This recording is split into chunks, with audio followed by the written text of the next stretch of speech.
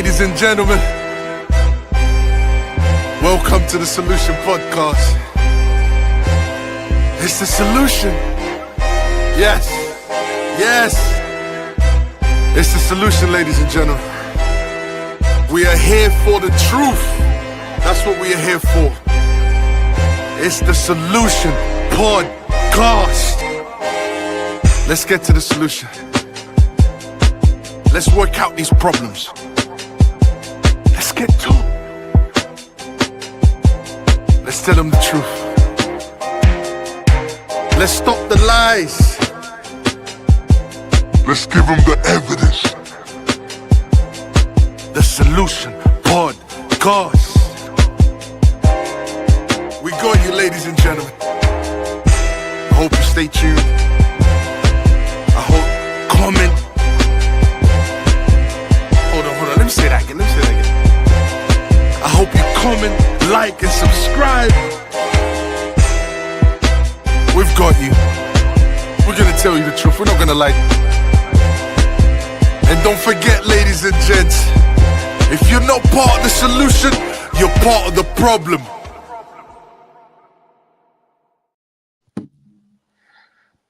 Hello, everybody. Welcome to the Solution Podcast. This is the solution. We're here for a debate today between JM and Octavio. The topic is, does the Catholic Church believe in evolution? On the offensive is JM in the bottom of the screen there. On the defense is Octavio. We're going to have a full-on debate, opening statements, and then go on from there. Octavio, do you want to take it from there? Yeah, we need to just set up the timer, right? And Peter says great intro. Appreciate that, Peter. Appreciate that. Still needs some work, but we we're gonna get there. But thank you, appreciate it, man. All right, okay. So let me just put the timer up. So we're gonna have 7.5 minutes for the intro. Who goes first? How are we going to decide that? Who goes first?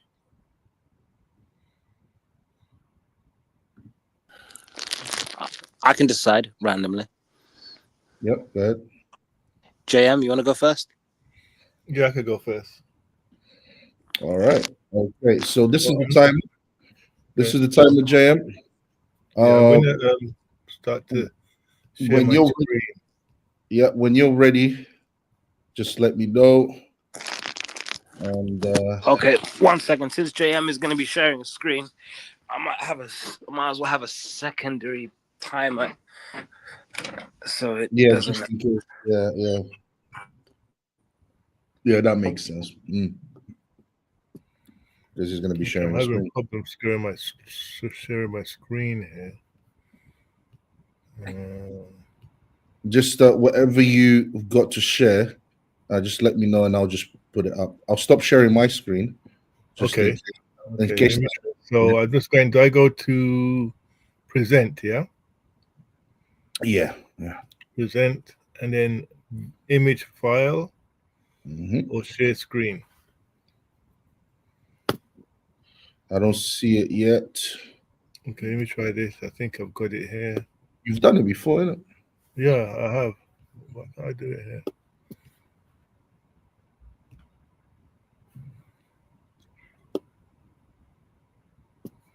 Okay, so it's not image file. It's not share image.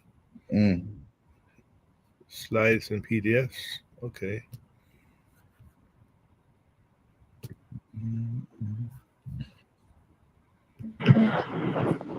Okay. It's going to be a great debate, guys. It's going to be a great debate. It's uploaded now. Okay. Processing. Hassan, are you good on your side? Yeah, I've got my timer ready whenever you guys are ready to start. Okay. I still don't see the... It says it's processing. Okay.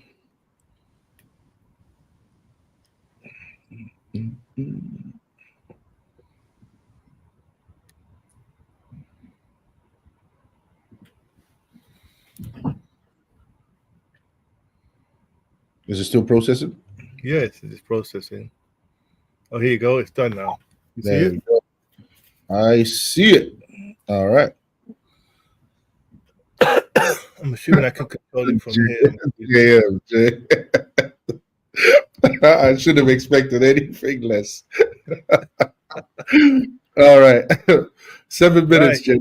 Okay, let's Thingy, Hassan, can Hassan, you let me know when I've got like 3 minutes left? Yeah, can you just give me a 3-minute shout? Okay, will do.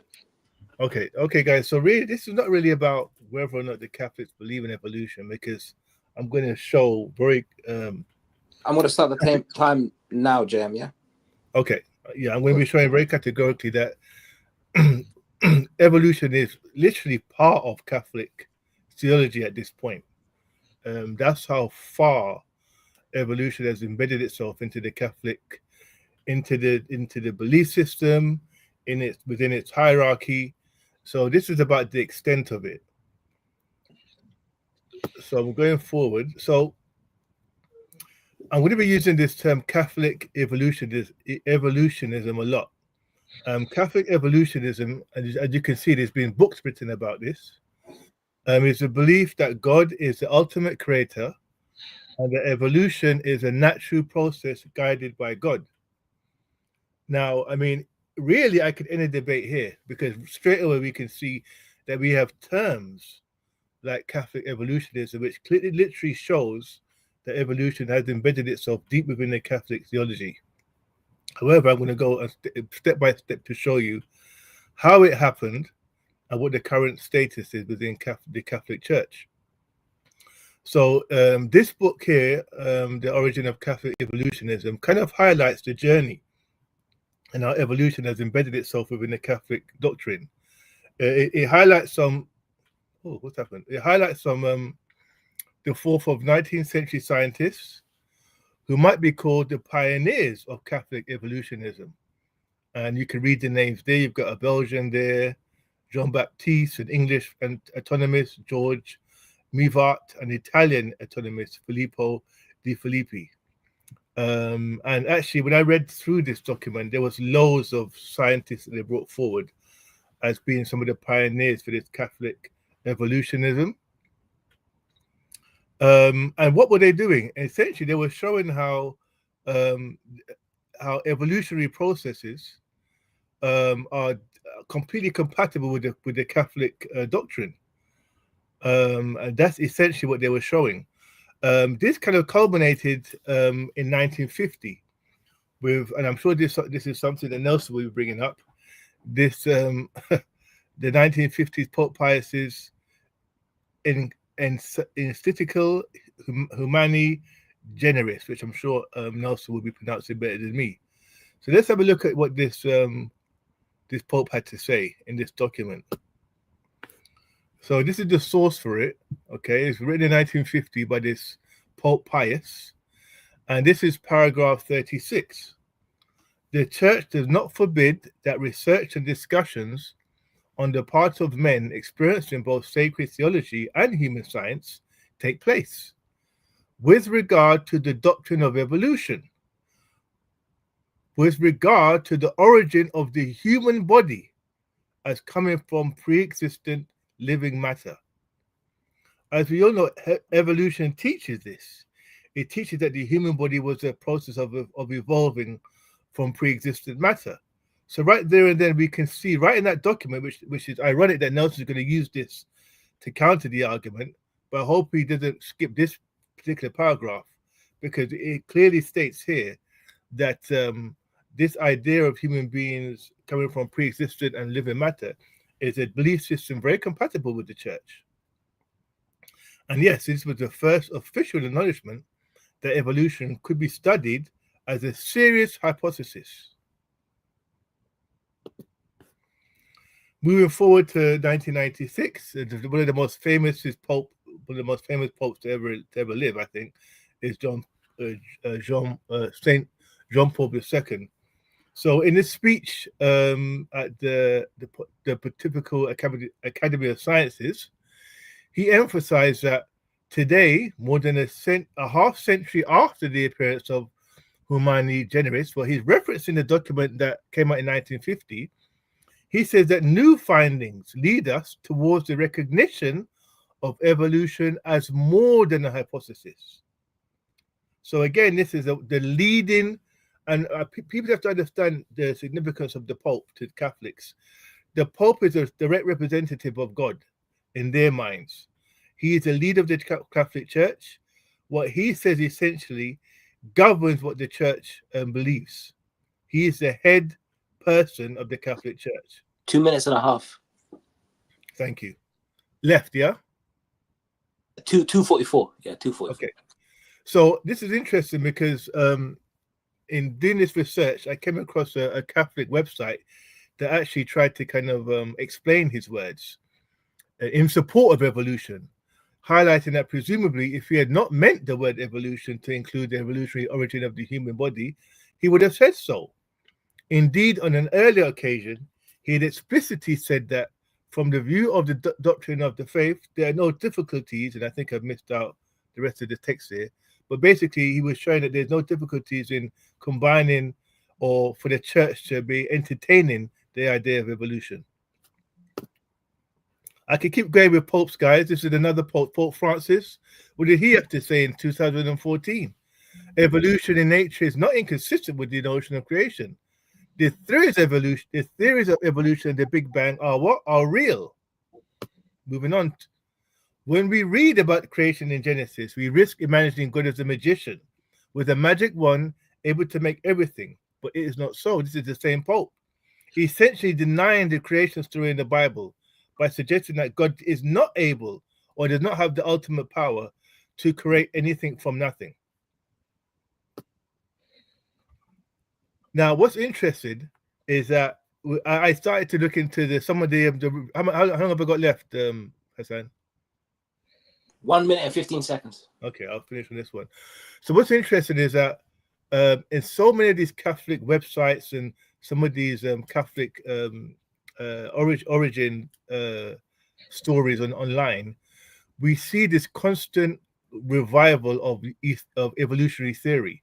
For example, in this particular one, the Catholic scientists, it speaks about as soon as hominids had language, they became spiritual beings. They raised their voices in praise of God. Homo sapiens ought to be called Homo spirituals. Again, this is a direct reference to evolution. This is suggesting that human beings evolved from pre-existent matter, and then once they became human beings, the spirit was then injected into them by God, and that's when they became human beings. But the key part here, as it says, that evolution has equipped us with the trait that sets us apart from all human animals. Again, highlighting that, as it says in the bottom there, evolution has brought us to God. Now, I'm going to come back to this, guys, so keep posted. This is just the beginning. Perfect time. Perfect time. Okay. Just let me know. I'm ready when you're ready. Just let me know. I'm ready when you're ready. Do you want to keep this on the screen or you want to take it off? Take it off. Take it off. Take it off. You take it off. Yeah, JM, you want to remove your screen? I don't know how do I do the remove from stage? Okay, I'm doing it now. That's it. okay. And then Octavio, you go whenever you're ready. Yep. And you want me to let you know when it's 3 minutes left or 2 minutes left or something? Please, yeah, 2 minutes, yeah. Cool. All right. Does the Catholic Church believe in evolution?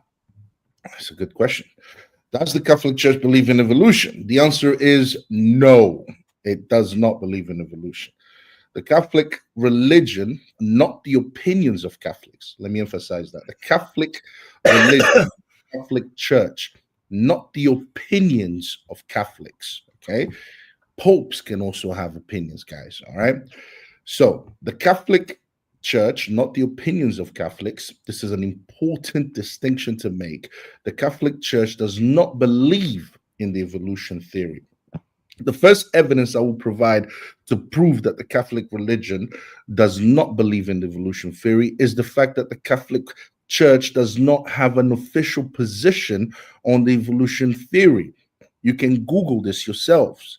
All right, the Catholic Church does not have an official position on the evolution theory, meaning the Catholic Church does not have a single official doctrine on human evolution. Okay, go look up the meaning of doctrine. All right, this means Catholics are under no obligation to believe in the theory of evolution if they disagree with it. Because the Catholic Church does not have an official position on evolution, because the Catholic Church does not have an official doctrine on human evolution, this means Catholics are under no obligation to believe in the theory of evolution. I could just end it right here, right now. This could just be it. All right. But I'm going to further engage, all right? Because I'm under, as a Catholic, me, myself, I'm under no obligation to believe in the theory of evolution because we don't have an official doctrine for it.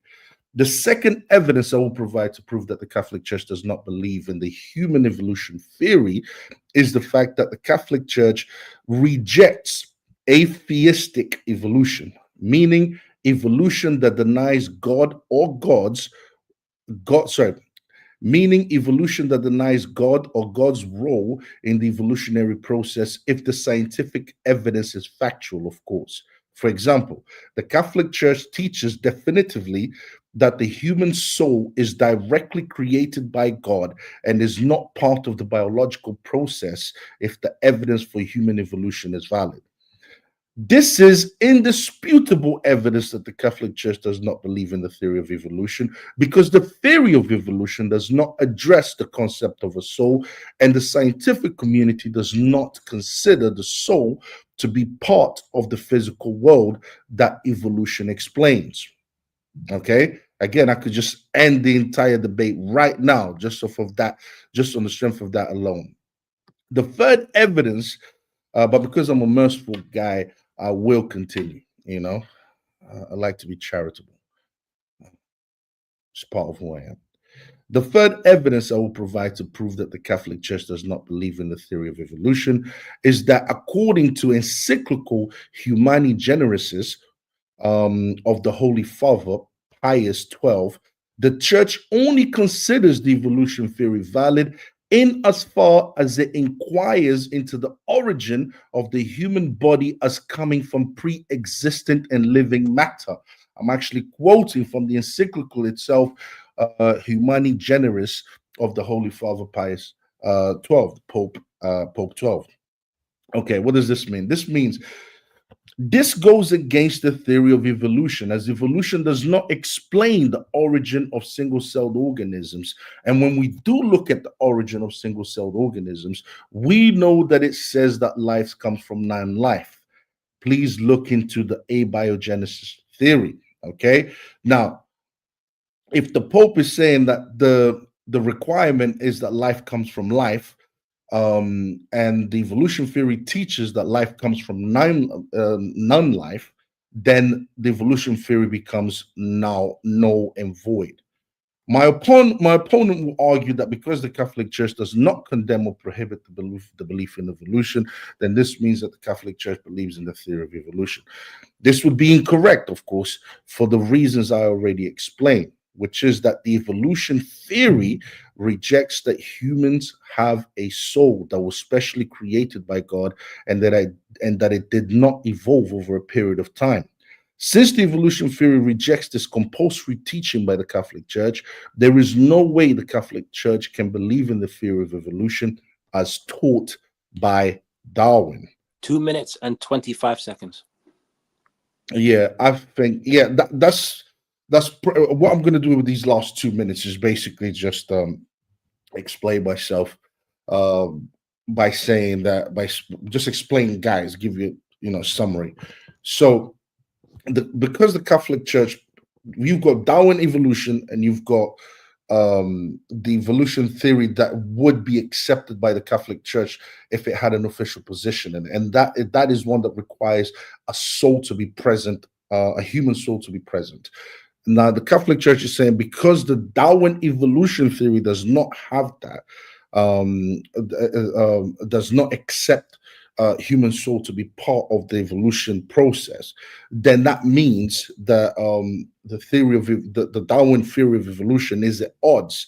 It doesn't align with the theory of evolution, with the theory of evolution that the church would put it this way, accept, but accept providing there's plausible evidence. Okay, if the evidence, for example, microevolution, I agree with microevolution. There is the microevolution is true. We can see it, we can observe it, but macroevolution is something that we can't see, and I doubt very much that the church would agree with macroevolution.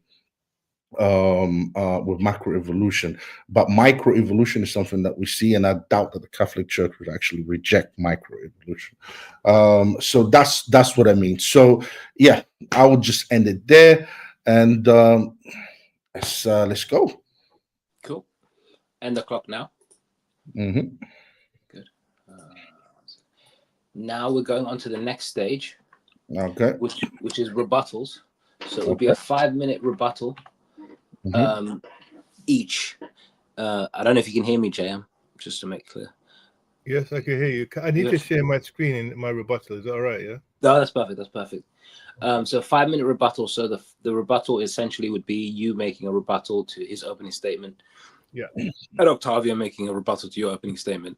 Okay. And then another 5 minutes, which is a second round of rebuttals, where you can rebuttal the rebuttal in a sense. Yeah. And vice versa. So cool. So you want to go first? Let me share my screen. I think Nelson has to put my screen. Yeah.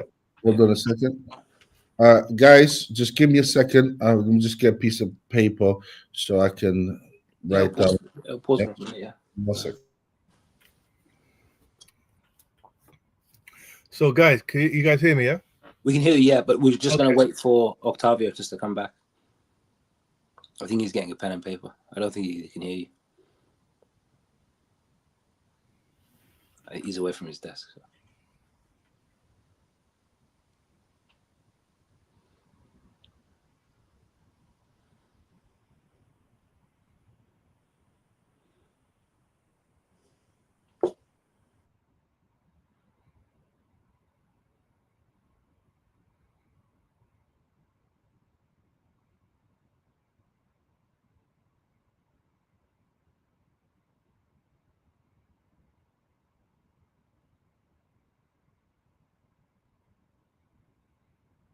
While we're waiting for for Octavio to come back with pen and paper, I'm just going to put some background music to, lull the silence.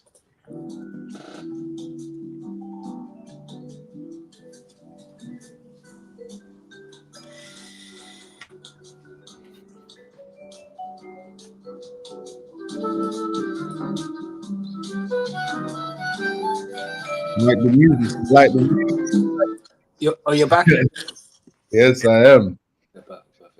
JM, whenever you're ready. I'm ready. It's 1-0 so far. So I think for me to just further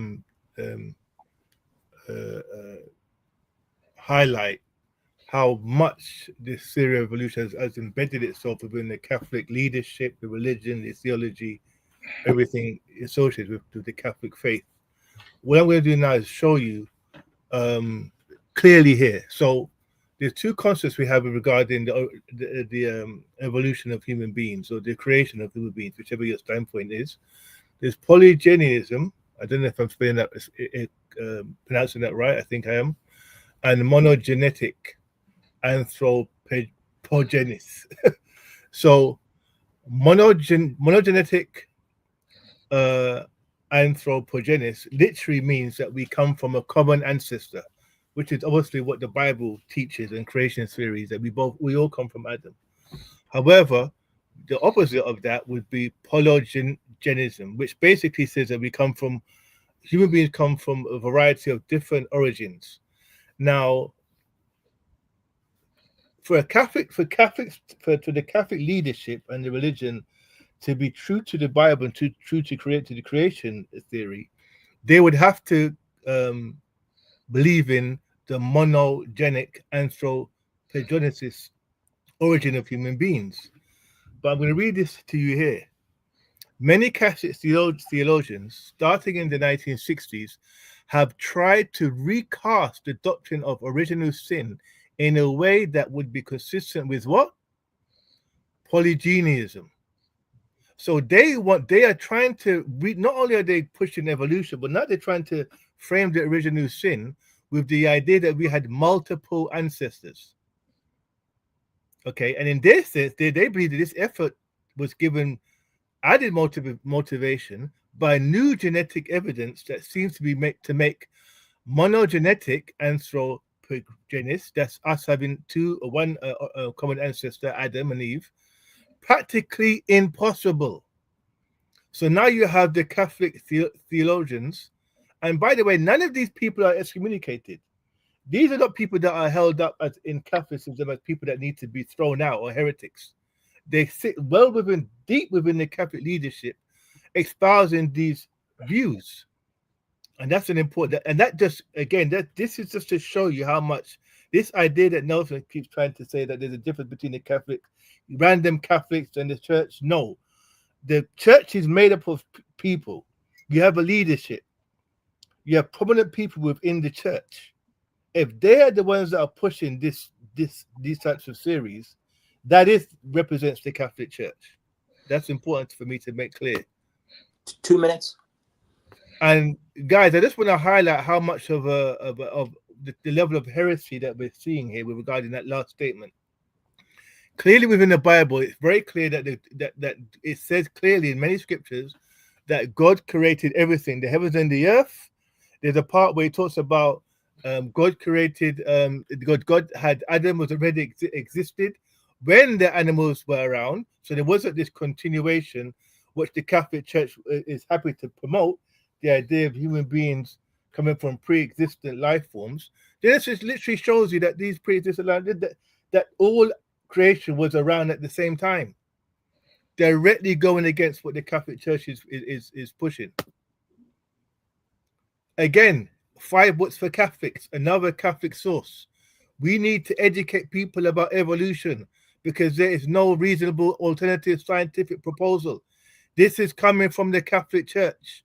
Further up, the modern popes are not only comfortable with the scientific theory of evolution, but have even put it forward in a way.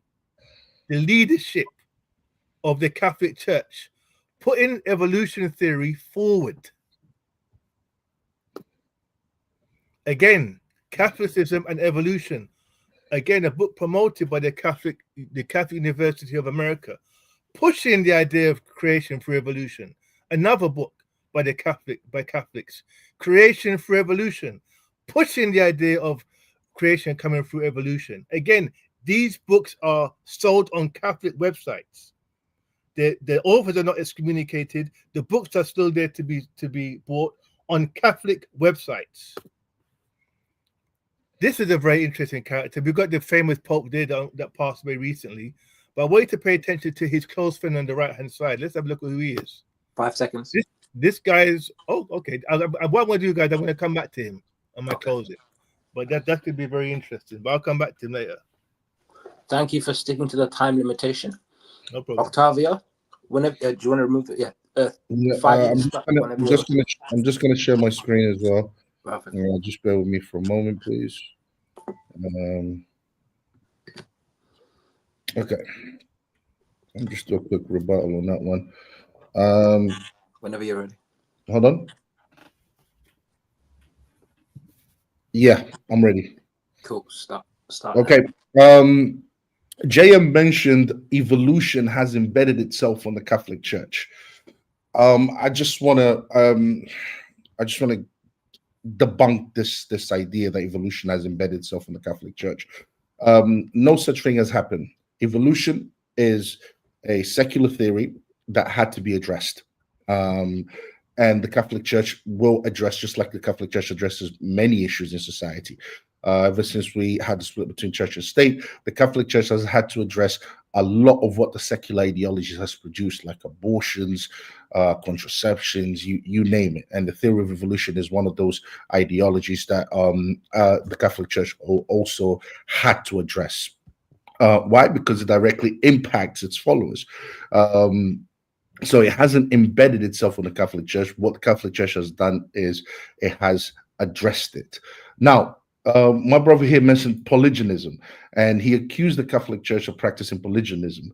Polygynism is actually condemned by Pius 12. I don't know if my brother actually had a chance of reading it, but if he would have read it on chapter 30, on paragraph 37, it says, when, however, there is question of another conjectural opinion, namely polygynism, the children of the church by no means enjoy such liberty, for the faithful cannot embrace that opinion which maintains that either after Adam there existed on this earth true men who did not take their origin through natural generation from him as from the first parent of all, or that Adam represents a certain number of first parents. Now it is in no way apparent how such an opinion can be reconciled with that which the sources of revealed truth and the documents of the teaching authority of the church proposes with regard to original sin, which proceeds from a sin actually committed by an individual Adam, and which through generation is passed on to all and is in everyone as his own. Okay, so this idea that the Catholic Church condones polygynism is absolute nonsense. It's a lie. We just caught my brother here on a lie. He mentioned we don't condone that at all. We believe that Adam was a real person, historically a real person. This is the position of the church, that Adam was an actual real person who did commit the sin, and by which we inherit the sinful nature that we currently have through his disobedience. Now, is not a made-up person, Adam. He really existed with Eve in the Garden of Eden. Now, books of evolution. He mentioned books of evolution in the Catholic sites. Listen, there are many Catholics out there that have many different opinions, but we follow what the church says and not what the opinions of what many Catholics have in regards to evolution.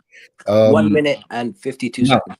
Now, because the Catholic Church does not have an official position, people can draw up their opinions as to what they think the official position should be. But we don't follow these people's opinions. We follow what the church teaches. And is there truth in the theory of evolution? Yes, there is truth. Like I mentioned earlier, microevolution. There is truth in that, but there is no truth in the macroevolution idea. The idea that all these species that we share common ancestor with everything out there. There is no, and no wonder why, because my brother actually asked me a very important question. Why is it that the church doesn't have an official position on that? And I'm thinking that is the reason why, because there are many problematic things with the theory of evolution that they cannot have an official position on. But the idea that God could make it happen in that way, it's not an impossible idea, because God is the creator of all things. So he can. But the thing is, so this idea that books of evolution are in the Catholic sites and not being sold there, and this means that these people should be excommunicated. No, they should not be excommunicated. They can have these opinions, but that does not necessarily reflect what the church teaches. I can be a person who completely denies the theory of evolution and completely believes in the literal account of Genesis, of what Genesis teaches, and I'll be absolutely fine with the Catholic Church. The Catholic Church will be absolutely fine with my with my take. So yeah, I'll leave that as my 10 seconds. Yep, I'm done. Okay. So now it's going to be a round 2 of rebuttals. Yep. Another 5 minutes each, and then after that, I think it's a 20-minute crossfire in a sense. Is that right, Octavio? 20 minutes open discussion, basically. Open discussion, yeah, that's it. So would round 2 of rebuttals, JM, whenever you're ready. We can't hear you. You're mute. You're mute. I'm going to go back to my group brother suggesting that I was lying. Yo, guys, just hold on a second for me, please, yeah? Okay. What's my time? I haven't started. We can hear you. Okay. Can I go now? No, wait for him to come back. I think he's attending something. Okay. Back to elevator music.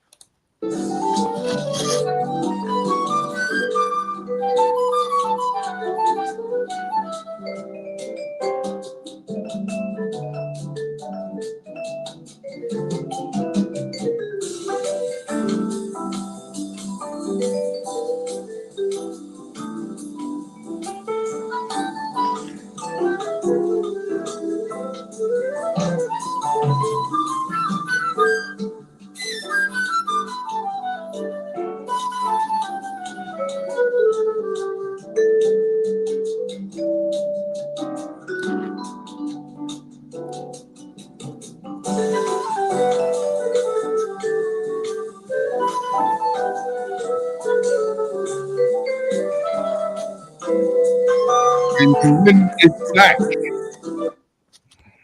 Oh, you're back? The win is back. Okay. So, JM, whenever you're ready, let me know. Right. So again, just to highlight there's a number of sources. There's one called Church Life Journal. There's Society of Catholic Scientists, Tradic, Tolicia.com, Catholicism and Evolution.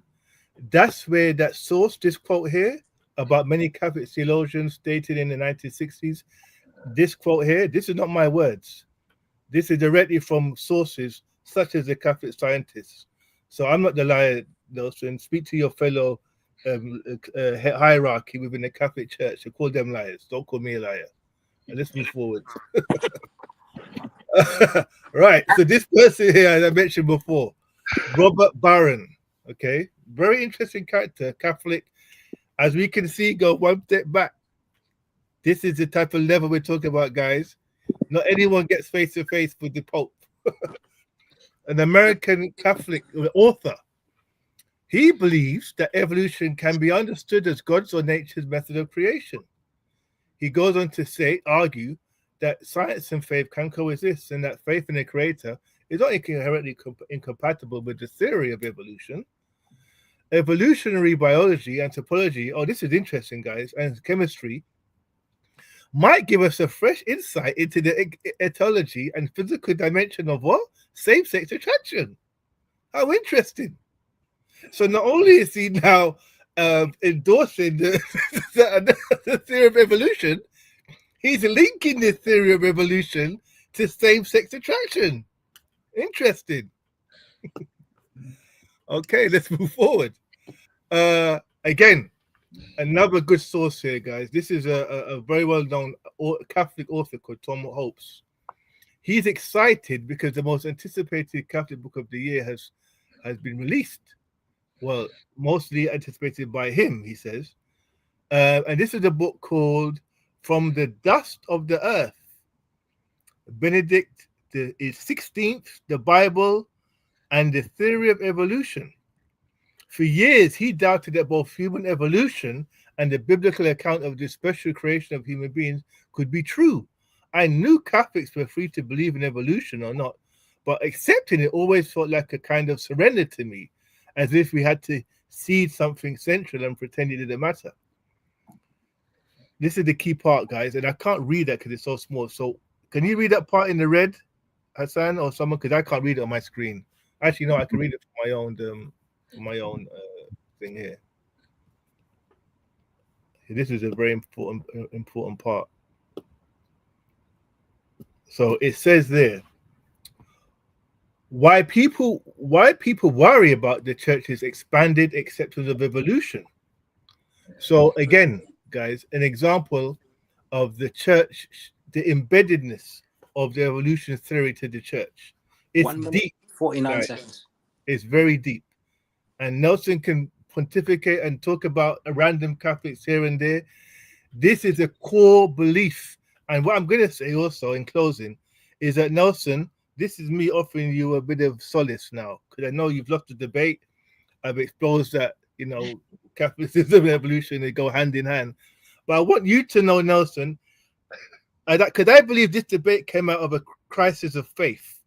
Nelson knows that Catholic and evolution go hand in hand, and this is his reaction to it. But Nelson, you are not alone. You are not alone. There's a book here, The Evolution of the Catholic Unbelief, written by a small Catholic that many people know about. He said this book shows that it is the Catholic scholars and education leaders, such as Bishop Barham, the guy I mentioned before, who are worthy to blame for this situation. Such leaders have adopted the secular humanist paradigm regarding cosmic and biological origins, in contrast to the Genesis account that Barron calls very naive mythological cosmology. Very naive mythological cosmology. Who can take it seriously, he asks. Whether it's fear of being considered anti-science or just because of the evolutionary propaganda they learned in school and believe, scholars have attempted to shore up Catholicism as a credible belief by accepting the evolutionary hypothesis as a proved fact and then trying to baptize it, assessing that God did it. 5 seconds. I'll end there. Oh, perfect. Thank you for keeping time. Octavio, last rebuttal. Whenever you're ready, Octavio. Give me a second. Give me a second. I enjoyed that, actually. I enjoyed that. All right. Okay, I'm ready. I'm ready. I really need to start bringing PowerPoints. All right. Well, Brother JM, he's feeling the pinch now. Brother JM has mentioned Catholic sources. What he forgot to mention when it comes to the Catholic sources that have authority, okay, would be, and this is what he forgot to mention, it's things like encyclicals, things like paper bulls, the catechism, the canon law. These are the sources that the Brother JM forgot to mention, because these are the sources that have real authority. This is the only thing that I am willing to consider, not Thomas McFadden and Tom Hoops.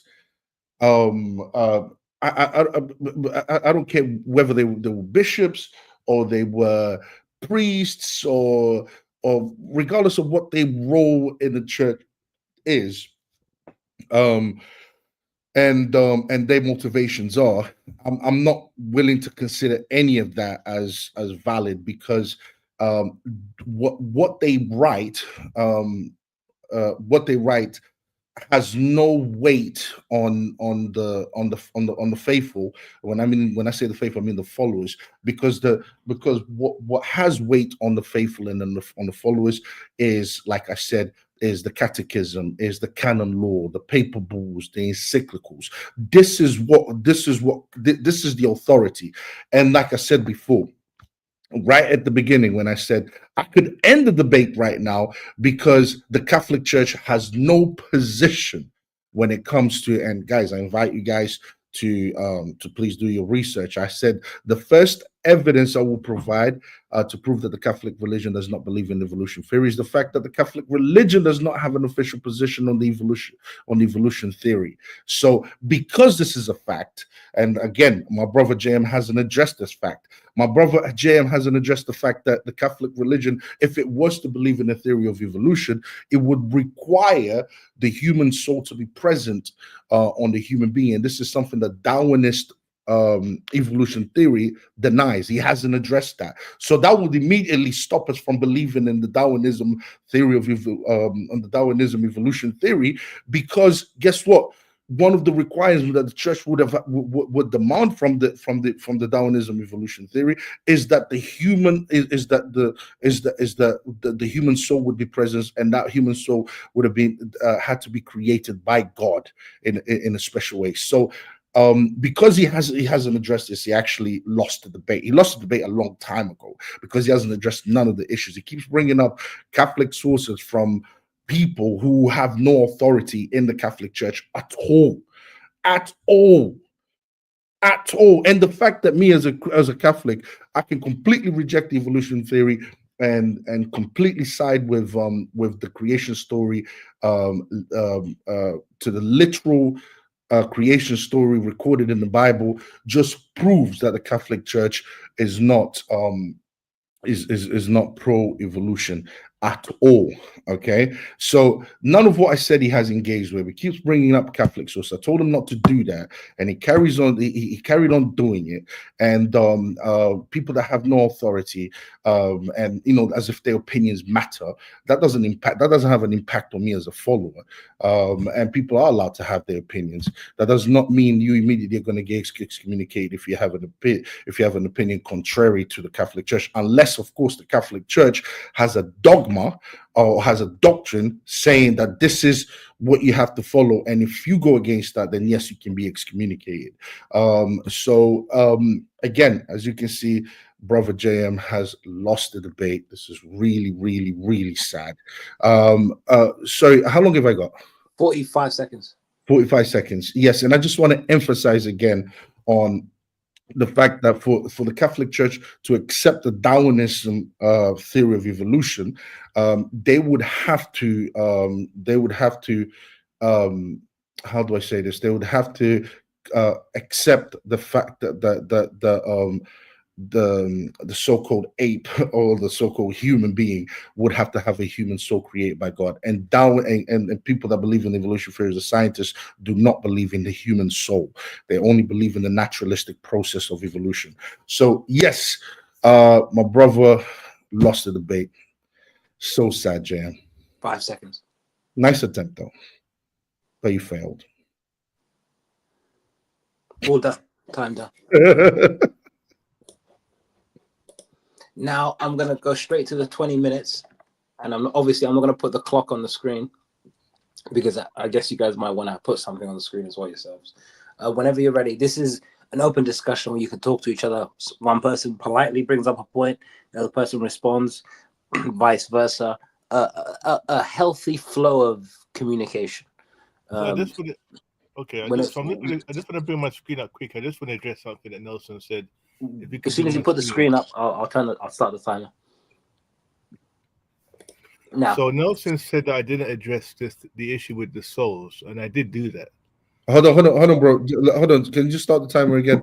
I just want to acknowledge Rick James as well. Shout out to you, Rick James. Okay, do they? Some maybe not. The question is why we should believe it, obviously. And of course we have Peter there as well. Shout out to Rick James. Welcome to Solution Podcast as well. Yeah, go ahead. 20 minutes in. Yeah. So you mentioned the soul. There was an issue about how I never addressed the soul situation, and I did.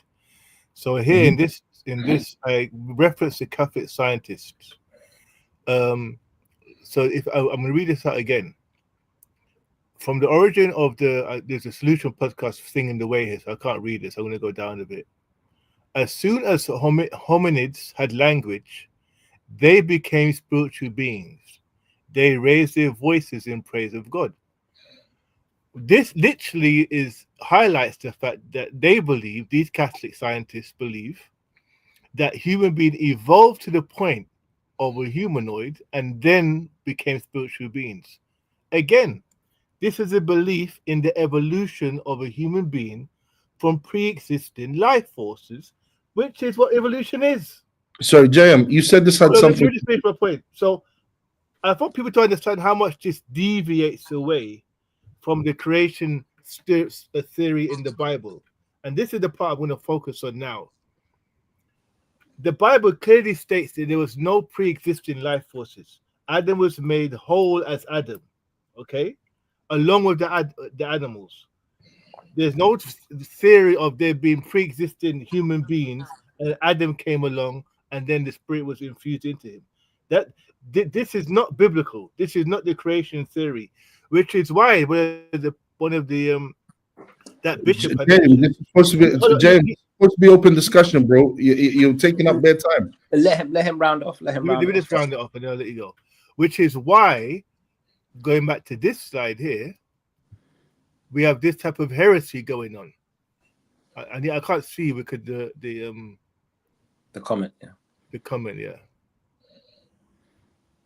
You just take the comment off, Octavio. Just take it off the screen. I don't think you can. Okay. Yeah, I can, bro. Yeah, go ahead. Right. Yeah. Which is why you have this bishop, the one that was very close with our good friend, the Pope that recently passed away, saying things like, the Genesis account is very naive. And who can take it seriously? We also have this Pope here talking about God is not a magician with a magic wand, able to make anything, but it is not so. These statements completely go against the creation story. And that also is evidence that they've accepted evolution, because only a person or a people or a group who accept evolution will be making these type of statements. Okay. Octavio, JM spoke for 3 minutes. You can speak for a good 3 minutes. Yeah, because basically what I wanted to have is an open discussion with JM, not just go on. We're just entering. It's fine. Yeah. And also Rick James, We will be addressing your Questions. questions as well. So don't, we're not ignoring it, but we're just in the middle of a debate right now. Again, JM has not addressed, and I hope he does it this time. I really hope he does it. Okay. This is, by the way, guys, what I'm reading here. Okay, this is what would be an authoritative Catholic document. Okay, it's called Encyclical Humani Generis of the Holy Father Pius XII. All right, and if you go to paragraph 36, this is what it says. It says, for these reasons, the teaching authority of the church does not forbid that, in conformity with the present state of human science and sacred theology, research and discussions, very important. He's saying that we don't mind research and discussions on the part of men experienced in both fields take place. So they're not against research and discussions are conducted in both fields by men who know these fields. They're not against these discussions happening to the doctrine of evolution, in as far as it inquires into the origin of the human body as coming from pre-existence and living matter. For the Catholic faith obliges to hold that the souls are immediate, and this is the part that my brother for some reason will not address. For the Catholic faith obliges us to hold that souls are immediately created by God. My question to JM is, do scientists, okay, according to the Darwinist evolution theory, believe that souls, okay, the soul created by God is presence in a hominid, in a human being? Do they believe in this? If they don't believe in this, then that means the Catholic Church cannot go along with the evolution theory. All right, because as far as I know, and please do correct me if I'm wrong, JM, is that what the evolution theory deals with is a naturalistic explanation. They don't deal, when you're talking about the soul, you're talking about something immaterial, all right, something spiritual. So the obviously science doesn't deal with anything like that because it can't prove that. So they reject that. But the church is saying that this is something that's required in order for us to basically accept the theory of evolution. And this is what I want to ask you. How can you say we accept the theory of evolution if this is required, that the Catholic faith obliges us to hold that souls are immediately created by God, and yet the evolution theory, according to Darwinism, rejects that? Octavio, do you want to take another 60 seconds to get stuff off your chest, or are you good for JM to talk? Yeah. No, JM, go ahead, reply. Okay, cool. Yeah, just quickly, I'm going to address it, but I have to if you put my thing back on the screen, because just very quick, I need to address something. No worries. Because Nelson suggested that I didn't highlight the this Papa Bull that he keeps referring to. I did it here, guys. Here, paragraph 36. With regard to the doctrine of evolution, with regard to the origin of the human body as coming from pre-existed and living matter. Okay, so again, this issue about evolution, this idea of the soul that Nelson keeps talking about is inconsequential. It doesn't mean anything. It doesn't matter whether or not the church believes the soul came before or after. The point is, the idea that human beings evolved from pre-existent living matter is not in the creation story. This is an evolutionary theory that men evolved regardless of the soul. So you're saying that it doesn't. This is the evolution theory that men evolved from pre-existent living matter. It's not a creation story in the Bible. It's this theory that comes from the evolution theory. And also, this is the important point too. So regarding the document that you keep referencing, this is what the Pope said regarding that document. He acknowledged that document here. More than half a century after the appearance of Humani Generis, new findings lead us toward the recognition of evolution as more than just a hypothesis. So this is an example of the church moving on from the document that Nelson keeps referring to. This Pope is saying, yeah, that's a great document, but we have new evidence now. There's new information that's come through science. And now with this new evidence, we can now push this theory of evolution more than what was pushed in the first document, which actually still highlights the fact of evolution. So again, Nelson, I've addressed the soul issue, okay, and I've addressed the fact that that document, this Pope expounded on that document and pushed it forward by saying that there's been new findings. Now, I want to make this quick statement here, and I'm going to make a quick analogy. And Hassan, I know you're the moderator, but you can let me know if you can answer this question or not. I won't be able to answer. Okay, well, I'll put it to the audience, or maybe Nelson can answer it. You go into a new town. There's a new gym opening. Okay, this new gym, the manager or the person who trains, even guys that have been to that gym for a long time, you ask them a question: how do I get strong legs? They say you need to do bench press. You go to the manager: how do I get strong legs? You need to do bench press. Or the person who trainers say, to get strong legs, you need to do bench press. When you walk out of that gym and someone says to you, you see that gym over there? How do they say you can get strong legs? Oh, they say you got to do bench press. That's what's happening in the Catholic Church. The leadership, the prominent figures within the church, all say that men evolved from pre-existing matter. We have comments from leadership talking about evolution brings us closer to God. We have statements from the leadership saying that it's naive to believe in the Genesis creation theory. And I'm wrong for saying that the Catholic Church pushes this stuff. The same way that if you read that same person left the gym and someone asked him, what did they teach in that gym about leg strength? And they said, well, that gym says, are you going to do bench press? Well, who did you ask? Oh, I asked the manager. I asked all the personal trainers. I asked the people that have been there for a long time. That would be he would be justified in saying this gym teaches that to get leg strength you do bench press. And I'm justified in saying the Catholic Church pushes it for evolution because the leadership say it. The prominent figures within Catholicism say it. I don't care what Nelson says. Nelson has no position in the Catholic Church. We'll let Octavio.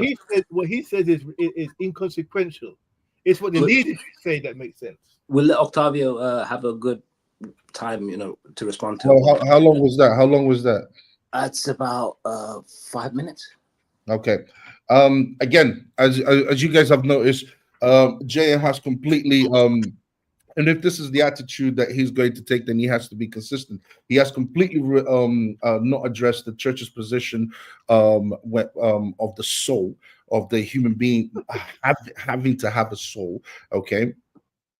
And how the Darwinist ideology, the evolution theory, does not believe in the idea of a hominid having a soul, and yet the Catholic Church is basically saying that they have to have a soul. And this comes from a document. That has real authority. I gave JM a list of documents that have authority on the faithful, on the followers, which are encyclicals by popes, papal bulls, catechism, the canon law. These are the documents that have the final authority on the faithful.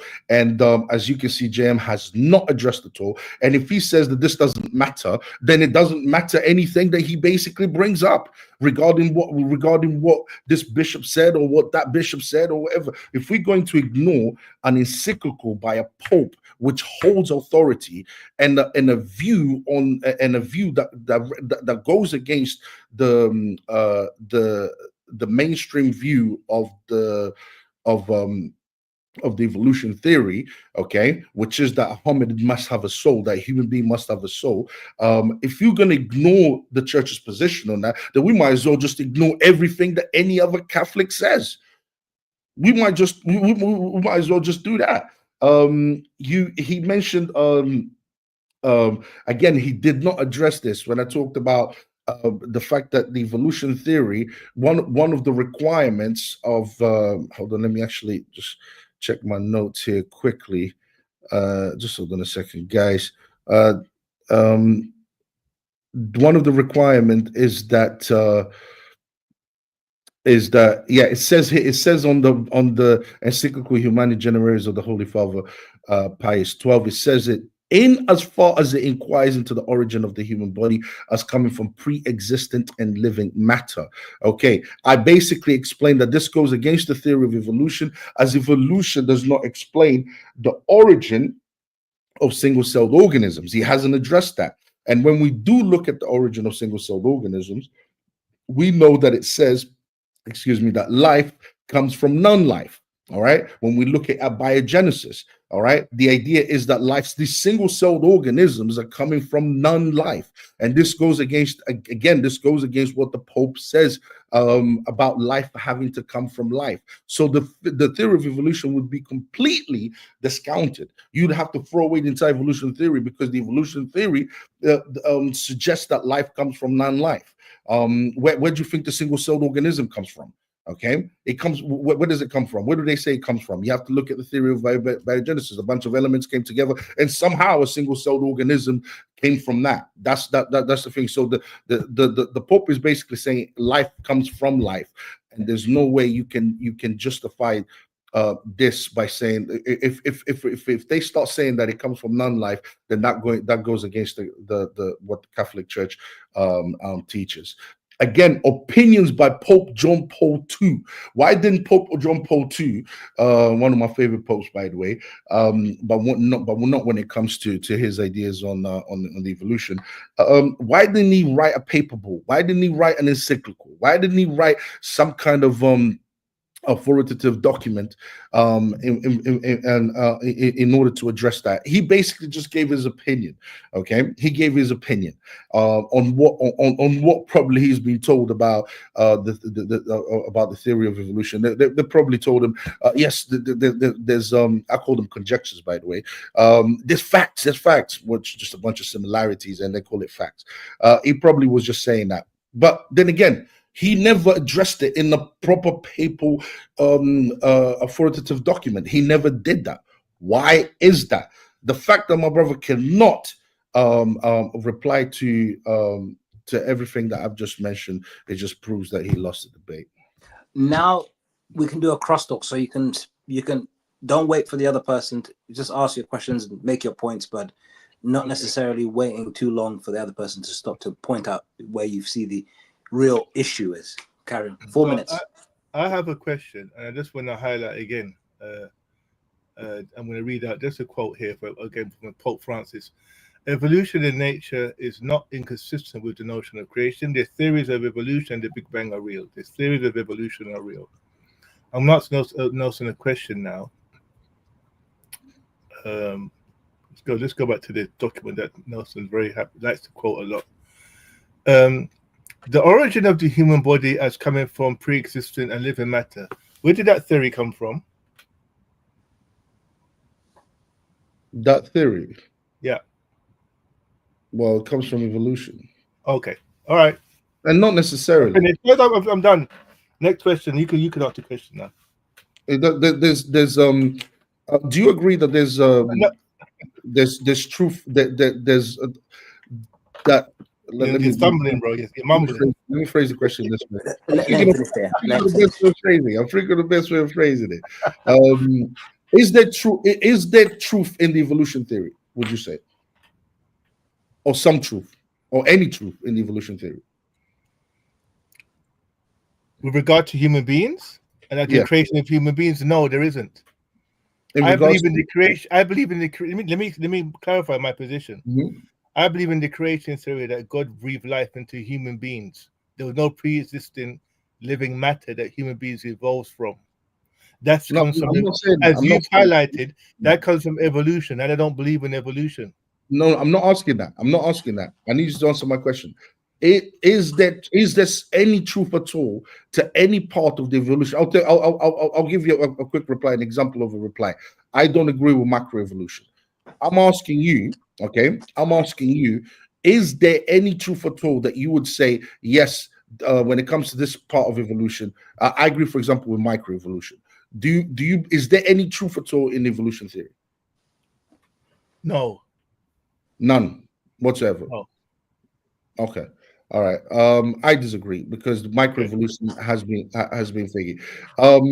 Do you agree that um do so? What would you say to the Catholic Church not having a position on the evolution theory? The Catholic Church not having a position in the on evolution, that in itself it shows the weakness of the Catholic Church. Because what is the evolution theory? It's a godless theory. It's a theory put forward by atheists to contradict the creation theory in the book of Genesis. That's what it is. That's why every atheist on earth believes in the evolution theory. That's not a coincidence that every atheist believes in the evolution theory. Okay? So for the Catholic Church to not have a position, even, that in itself is an indictment, because they should have a position. And their position should be the creation theory is real, the evolution theory is a lie. But that's not their position, as we've seen, as I've highlighted. They not only endorse parts of it with regards to the pre-existent human beings coming from pre-existent and living matter, they've gone as far as now questioning the creation theory, saying that this these are allegorical. That's what they're saying now. Okay. That the creation theory, the Genesis story, shouldn't be taken literal. Let me ask you a question. Do you Hold think on.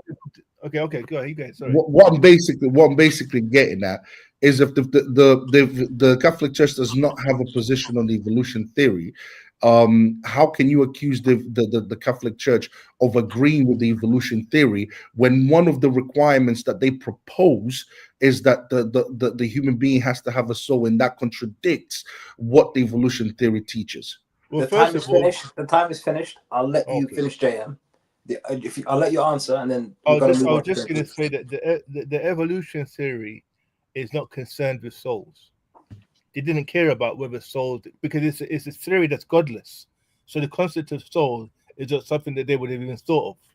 It wouldn't come into the theory because they're not interested in anything spiritually. They're atheists. They don't believe in any sense of divine presence anywhere.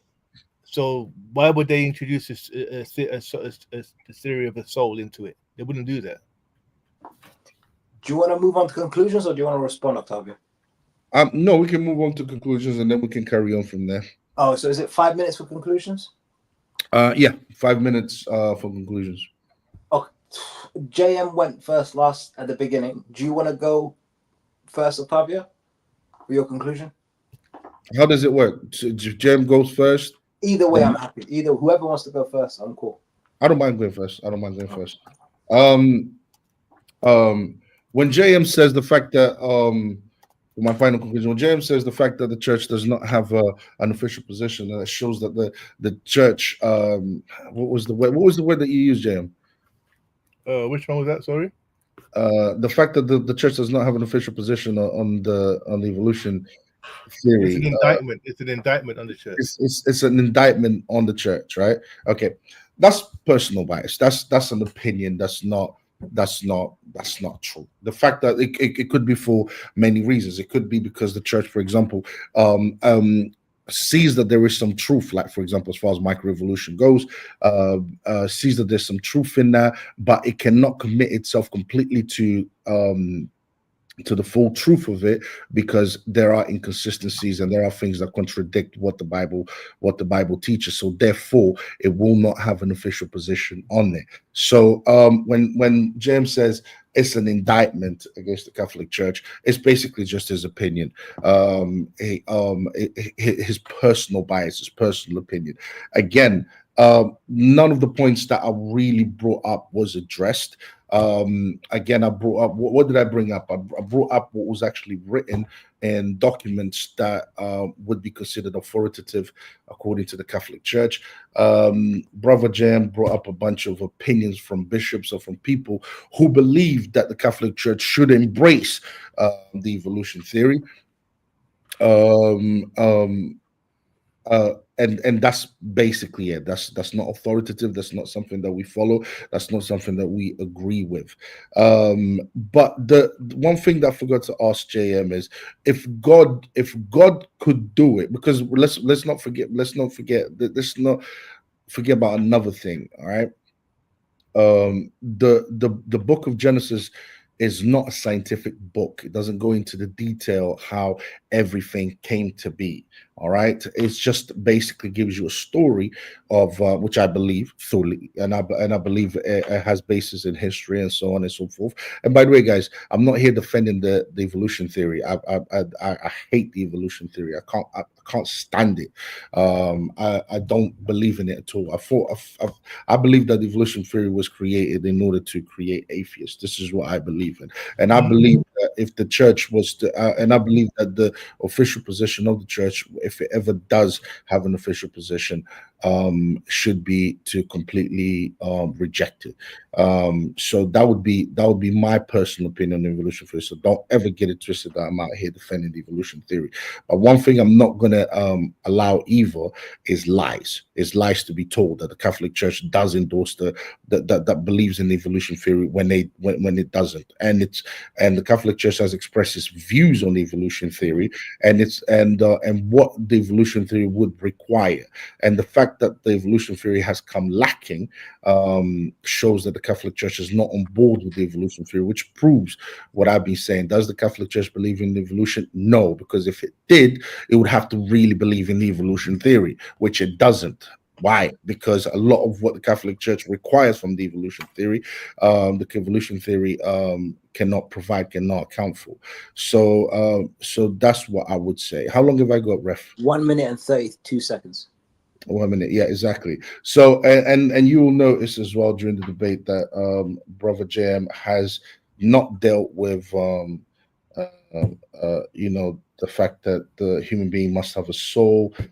He didn't deal with the fact that life comes from life, the argument that I just made, and the evolution theory. Essentially, when you go all the way back to the origin of life, it says that life comes from non-life, which again is another way of the church rejecting the evolution theory. Again, Brother JM has not addressed the error that he has made in terms of bringing documents which are not authoritative, and I warned them about that. Bringing opinions of bishops and priests is a waste of time. Is not good research. Even though I do like his presentation, I think was exceptional. If only he read authoritative documents from the Catholic Church, which hold weight, I would have enjoyed it more. Right? Instead, opinions from people who have no authority on the faithful is absolutely useless. And I 10 warned him, seconds. and he made that mistake. So yeah, stay away from Tom McFadden's and Tom Holmes next time, brother. That's what I would say. Perfect. Time done. JM, whenever you're ready. 5 minutes. Yeah, can you just put my thing back up, please? So I'm first going to highlight. I'm going to come back to this in the end. I don't think I gave it much justice. I want people to understand that Nelson just said that the people that I referenced had no position, no higher. They weren't in any position leadership.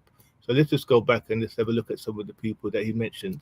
So this is another guy with no leadership, St. Paul II, talking about how we need to recognize the theory of evolution as more of a hypothesis. This is again a nobody. This is another nobody within the Catholic Church, another nobody, another pope, another nobody saying evolution is in nature is not inconsistent with the notion of creation.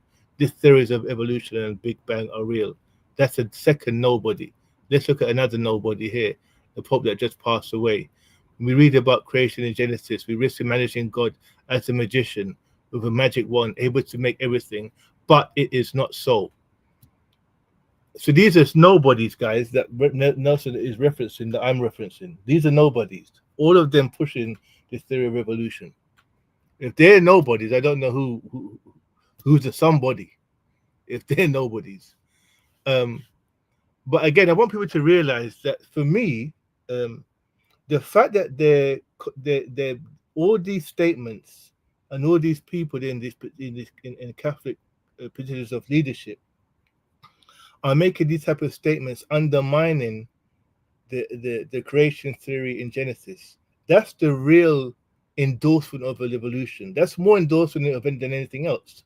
Because if you're undermining or discrediting what happened in the book of Revelation, the only alternative out there is evolution. And we can see that's what they've done. They've opted for the alternative account of creation. And if you notice, it started with the document that Nelson kept referring to. And that document is where it started, officially, suggesting that we came from pre-existent life forces, which, if you notice, Nelson admitted that that theory comes with evolution. Without evolution, guys, that statement wouldn't exist in that papal bull. If the theory of evolution did not exist, that statement wouldn't exist. It's something for you guys to really think about.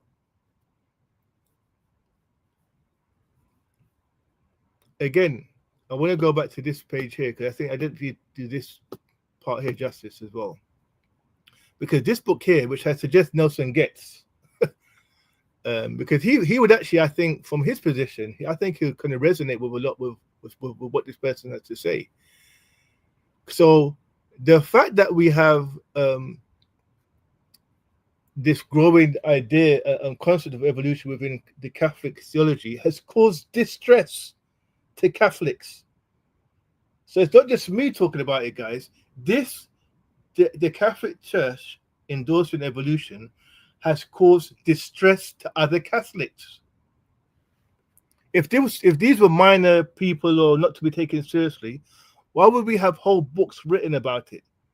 Whole books written by Catholics concerned about how the Catholic Church is endorsing evolution. What does he say again?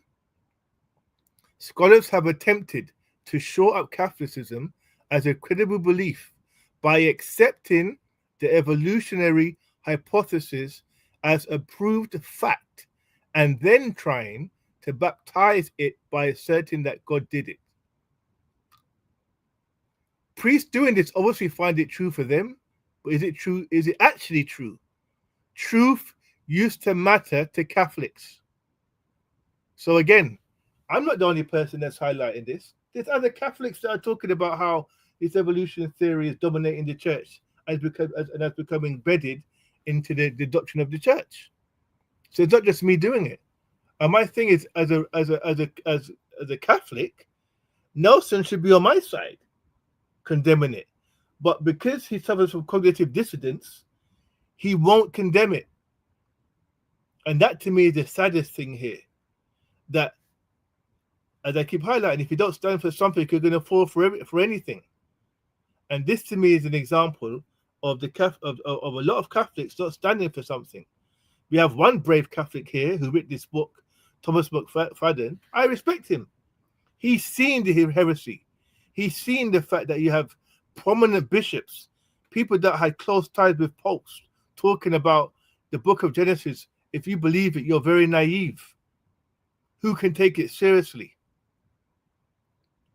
This is the position that prominent Catholics are having within the Catholic Church. And as I said to you before with that analogy, if the leadership of any institution, if the prominent people of that institution are saying something that you are justified in saying, said organization believes said thing. Time is done. Sorry, guys, my phone crashed, but I was there for the last 10 seconds. What? So you gave JM more time? No, it's like last Is 10 that what seconds. you're telling me? Is that what you're telling me? You want an extra 10 seconds? You can take the 10 seconds. You can take 15 now, so I give you 15. Don't be cheap, bro. Give you a minute. No, I'm good. So that's the debate done. That's the debate concluded. Excellent points from both of you. Mm-hmm. Great presentation from JM. Mm-hmm. Great counter argument and passion from Octavio. Thank you very much, guys. I enjoyed it. I enjoyed moderating despite my phone dying. I guess now it's over to you, Octavio. It's over Yeah, to you. I mean, the debate is done. The debate is done. Obviously, I won the debate. But you know, this is just general talk at this point. Rick James, actually, let me address some of the questions. Actually, I think this is it's the right thing to do. Um, uh, Rick James made the question is why should you believe it? Um, I think that was in relation to why should you believe what the evolution theory? I don't think anyone, well, I don't believe in evolution theory. Why should you believe it? I need to know what he means by that. Then he says, what's IMO? What's that?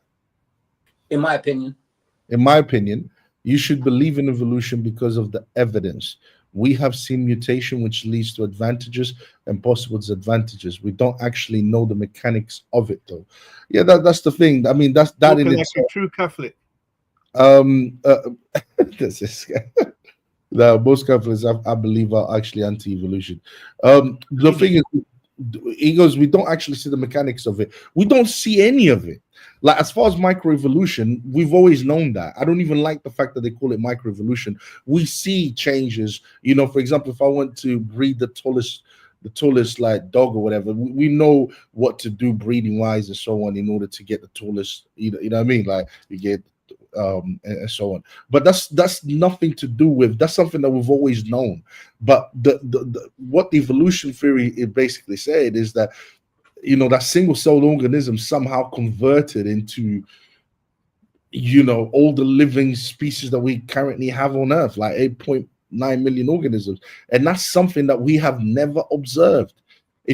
How can this be real if we have never observed? First of all, none of us are going to live for millions of years to ever see it. So how can you say, how can this even be considered as something plausible to even consider? But a human being evolving from pre-existing life force is macro evolution, not micro. So your church endorses macro evolution, not micro evolution. Okay, for a human being to evolve from pre-existing life matter, that's macro evolution. Okay, so that was what JM said. I'm That's just right. no JM. Like what I'm doing is just reading what Rick James says. I'll comment on it, and then JM comments on it, and then I'll move on to the next one. To completely deny science is disingenuous. Exactly, and I brought up that point.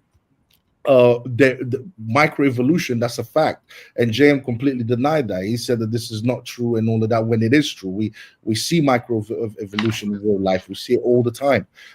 So for him to turn around and say that this is not true, that's just so let me respond. Hold on. I haven't finished. No. So you've been speaking for a long time, bro. And then you can respond. There's 2 comments you spoke on. Let me speak on 1 comment. I think we speak on the last one. You will respond. You will respond. Bro, you can't move on to the next comment and then keep talking. I'm not moving on to the next comment. This is the second comment. No, this is not the second comment. I'm just saying I'm still on to completely No. This is the second comment that you're commenting on. I haven't had a chance to comment on the first comment that you made. Which first comment? On the first one? Which one? The one before this one. That's the one that you just commented on. Yeah, this one. I haven't had a chance to finish on that. Oh, you still finishing on that? You cut me off. Oh, my bad. Go ahead. Right. So as I was saying, the idea of so macroevolution is the idea that human beings evolve from pre-existing life matter. There are some animals that have adapted to their habitat, and that's what we mean by microevolution. So, for example, in some parts, some gorillas will be bigger in other places. Some lions and tigers will be bigger in other places because they adapt to their environment. That has happened.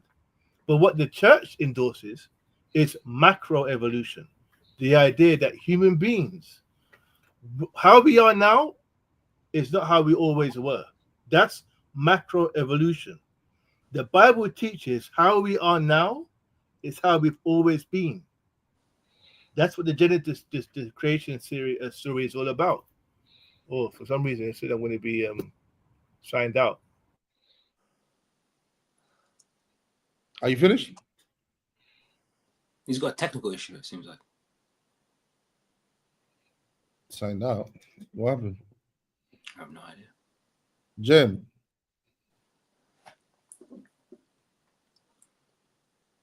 Is Jim still having technical issues? Seems like it. If he goes out and goes back in, maybe it's the best option. Okay. Yeah, Jim, come out and come back in. If you can hear us, of course. Donald Trump, if you can hear us, Donald Trump.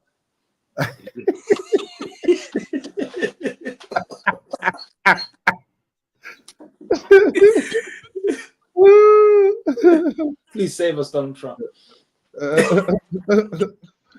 Sorry, guys, my thing cut out. Yeah, My computer cut out. No worries, bro. I think I finished what I was saying.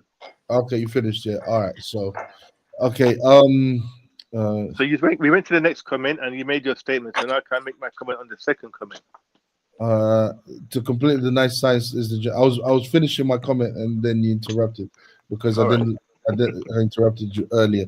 Yeah. To complete the nice science is disingenuous. We have Jam recorded basically the 9 sciences, and now he changed his position because he heard that I criticized him on that. That he now finally accepts evolution, microevolution, whereas before he said he did not accept it at all. So again, it shows that Jam is being disingenuous because there are parts of the evolution theory that that one can regard as is true. So to completely disregard the entire evolution theory would not be the best thing, would not be honest, it would not be a good thing, because there are parts of it that it is true, it is factual. So you have to, yes, we agree with it, but when it comes to this part and that part, we disagree with it. But the Catholic Church is basically saying, the Catholic Church, and I think just one thing as well, in the document, the Catholic Church says is happy for it to have discussions, for people to have discussions. It does not take a position at all. It just says that, you know what, hold on a second. It says for these reasons, the teaching authority of the church does not forbid that, in conformity with the present state of human sciences and sacred theology, research and discussions on the part of men experiencing both fields take place with regards to the doctrine of evolution. So this is what the church is basically saying. It's basically saying, look, it is an evolution theory. It is a theory. It has some truth to it. We don't mind you guys having discussions and let the evidence basically lead us where it will. But we're not going to take a position on it, because if this is what I'm saying here, but I'm assuming it's because if some evidence comes in and completely disproves it. So the church is just being careful in regards to that. That's my opinion on that. Okay, so let me chime in. So first of all, Nelson is scrambling now because I have never endorsed evolution. The theory of evolution suggests that we came out of micro organisms and grew into human beings. I reject all of that.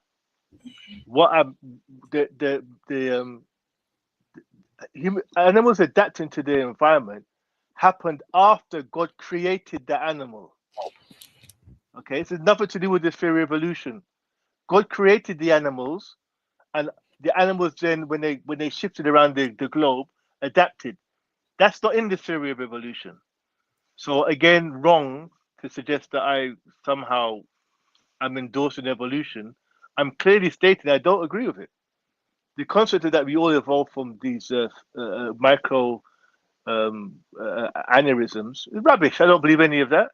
And me saying that animals adapted is not me endorsing evolution. You believe it because your religion teaches evolution. That's why you believe that. You're following what you believe. That's what you believe. That's why the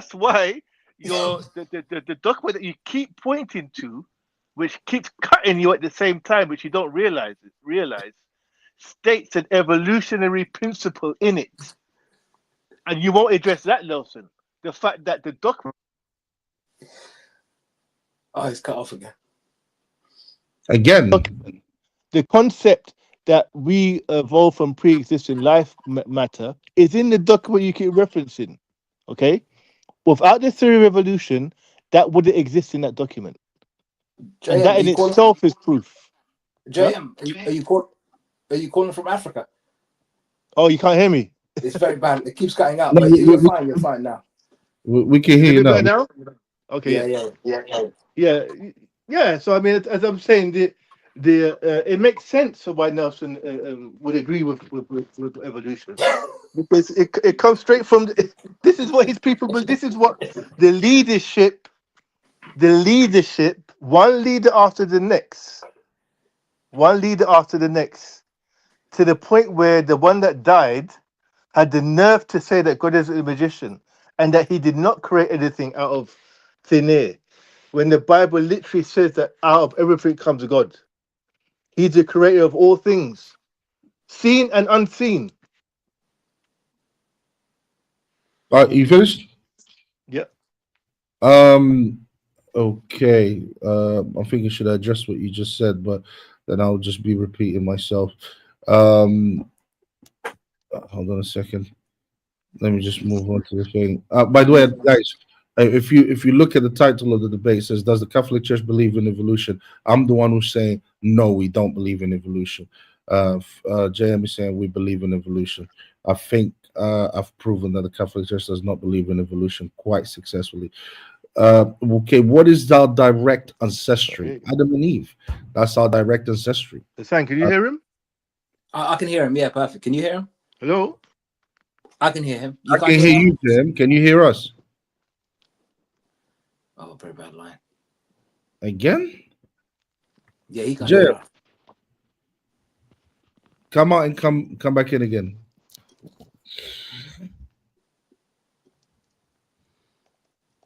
Oh, that's a shame.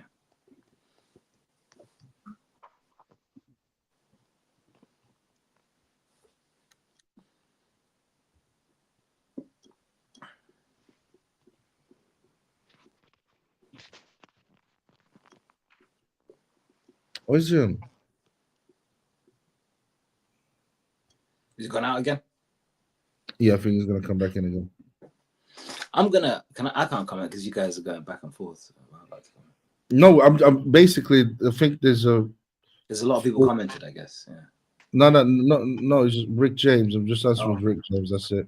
How do you get something from that? James, can you hear us now? Yeah. Yeah, I can hear you. Yeah, good. Can you hear me? Rick James says, "Okay, what is our direct ancestry?" Well, our direct ancestry is Adam and Eve. That's our direct ancestry, not a common ancestor with everything that exists in the natural world. What's your comment on that, Jem? What is our direct ancestor? I think that's what he's asking. Yeah, Adam and Eve. God is our common ancestor. Do either of them actually know? I think he's trying to be smart. How far? He's him and like Catholics, he believes in evolution. So I'm expecting him not to believe in it. How far? This is what him and Catholics have in common. I think it's more. I think it's atheists that tend to believe in evolution, not really Catholics. How far genetically? Because as we've looked into, the Catholic Church does not actually have a position, and there is nothing authoritative Catholic Church sanctions. How far genetically can we actually go back? How far genetically? Questions, man. Yeah, how far genetically can we actually go back? What do you mean by that? How far genetically can we actually go back? Rick's trying to get us to a biology class, man. Come on, bro. Yeah, how far? We need a bit better questions. Yeah, how far genetically? Respect for him. For at least he's asking, though. Yeah, at least he's asking. Respect to him. But how far genetically can we go back? I'm thinking genetically. I mean, you can go back to Adam and Eve, right? Ask me a question. Quick question, Nelson, because he's not. Could just we run out of questions. How do you get? No, he's asking. How do you get something from nothing? How do you get something from nothing? I can answer that. How do you get something from you don't? You can't get something from nothing. It's impossible. There has to be something in order for you to get something from. Uh, Yeah, what is not? God is something. God is something. So you have Yeah. to have something. And this is why the church rejects this idea that something from nothing. Doesn't reject it. It does reject it. Why was there this explosion of DNA all of a sudden with all of those? Why was there this explosion of DNA all of a sudden with all of those mutations? What do you mean by? Can I respond to that? Yeah, go ahead. Yeah. Why didn't you respond to my question earlier? Now you want to respond to questions, huh? And then we'll get to that. We'll get to that because it's just him. He's doing the courtesy of, No, of the comments. he was being a moderator. He was being a moderator. But now Oh, this is you talking about me? this is the last question, and then we can just have a conversation. I just wanted to get All through right. it. Oh, you talking about me, JM? I was moderating. Yeah. I can't get involved. But now I can. Like you see, my Okay. thumbnails changed, my profile pictures changed. All right, I see it now. Yeah. Also, yeah. So just say, why was there an explosion of DNA all of a sudden with all those mutations?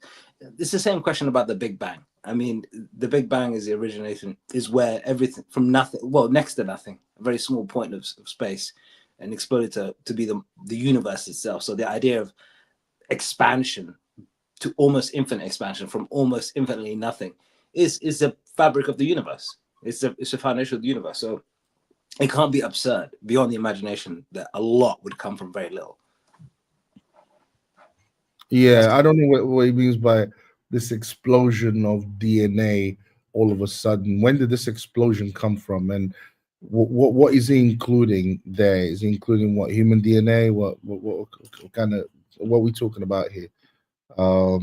That's what I want to know. Yeah, Jim. Yeah, I don't know. I don't know how to answer that. What was the explosion of DNA? I don't know. Huh? Yeah. I don't understand the question. Okay. All right. Yeah. So that would be it. If the church denies science, it's on the wrong side of history. I don't think the church denies science.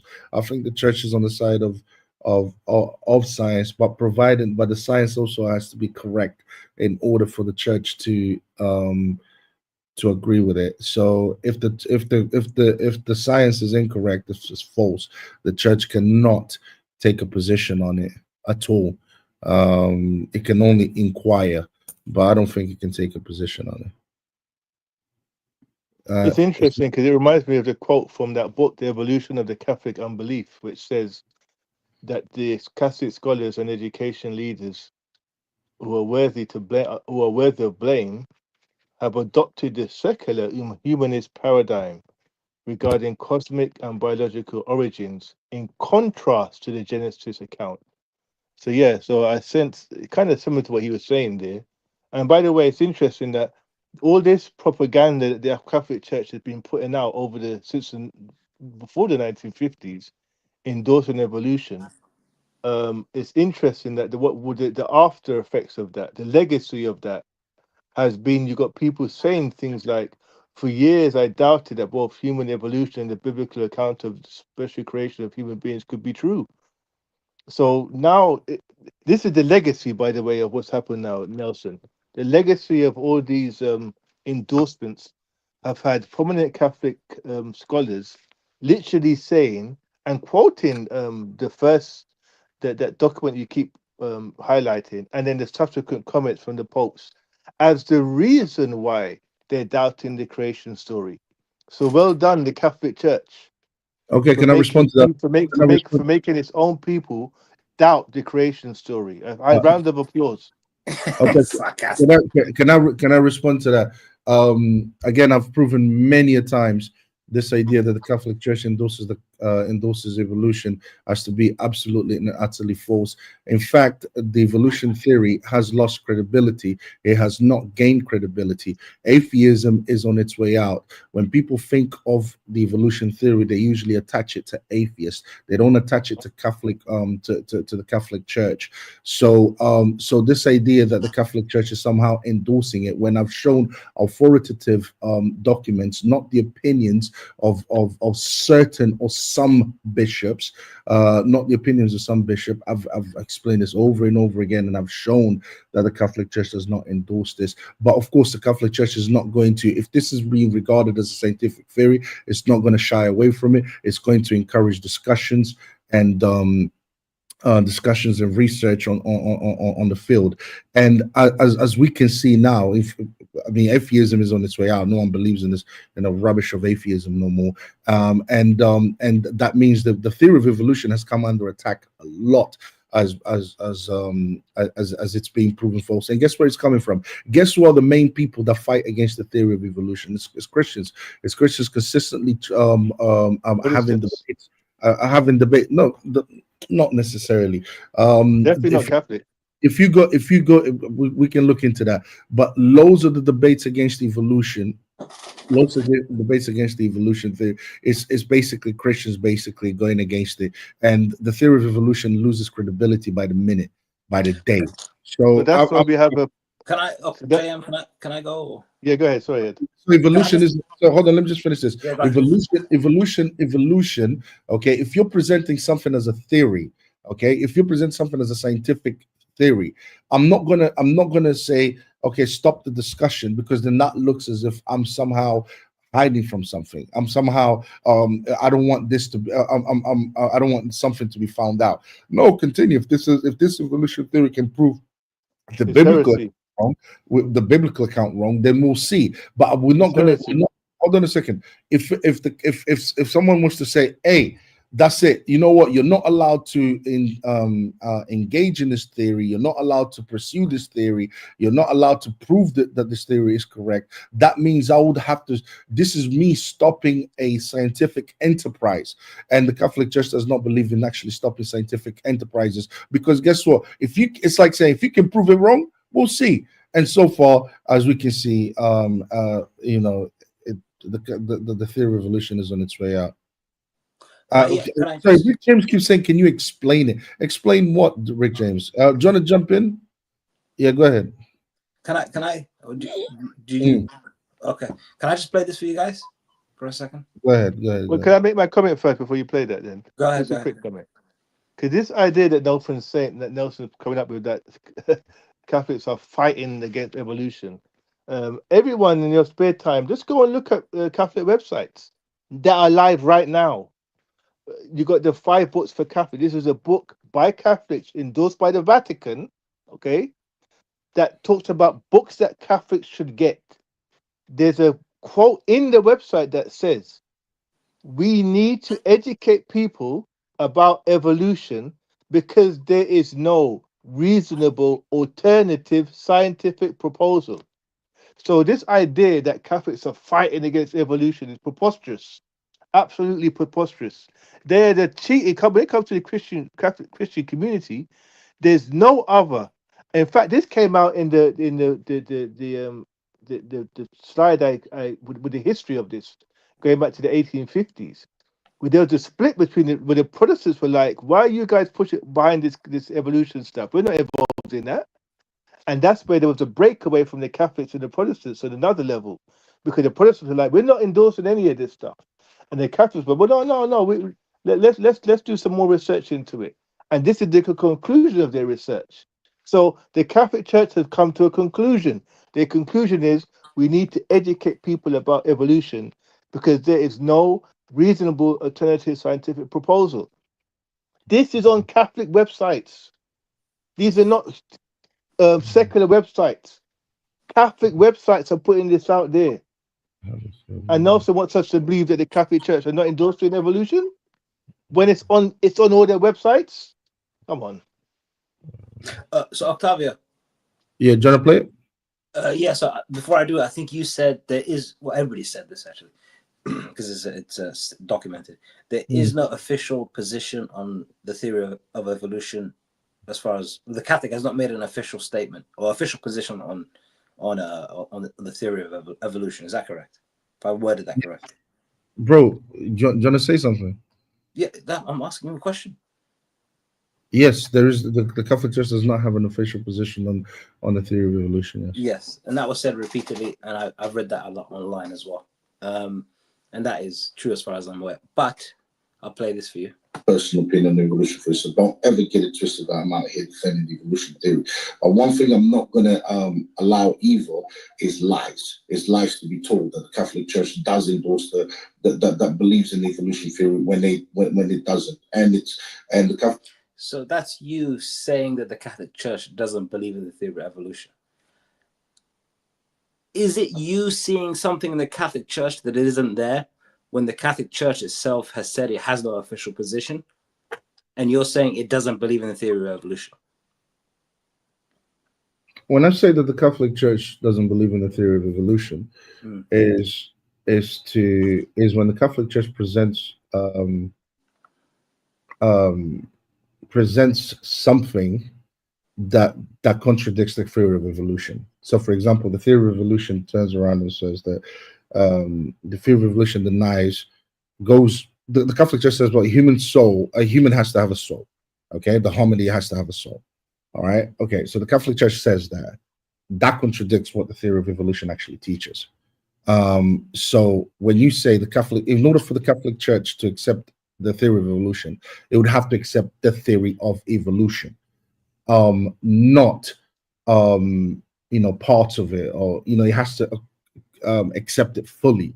So if the Catholic Church is demanding certain things of the theory of evolution that the theory of evolution cannot account for, then the theory of evolution is in contradiction with what the Catholic Church believes. The Catholic Church does not deny that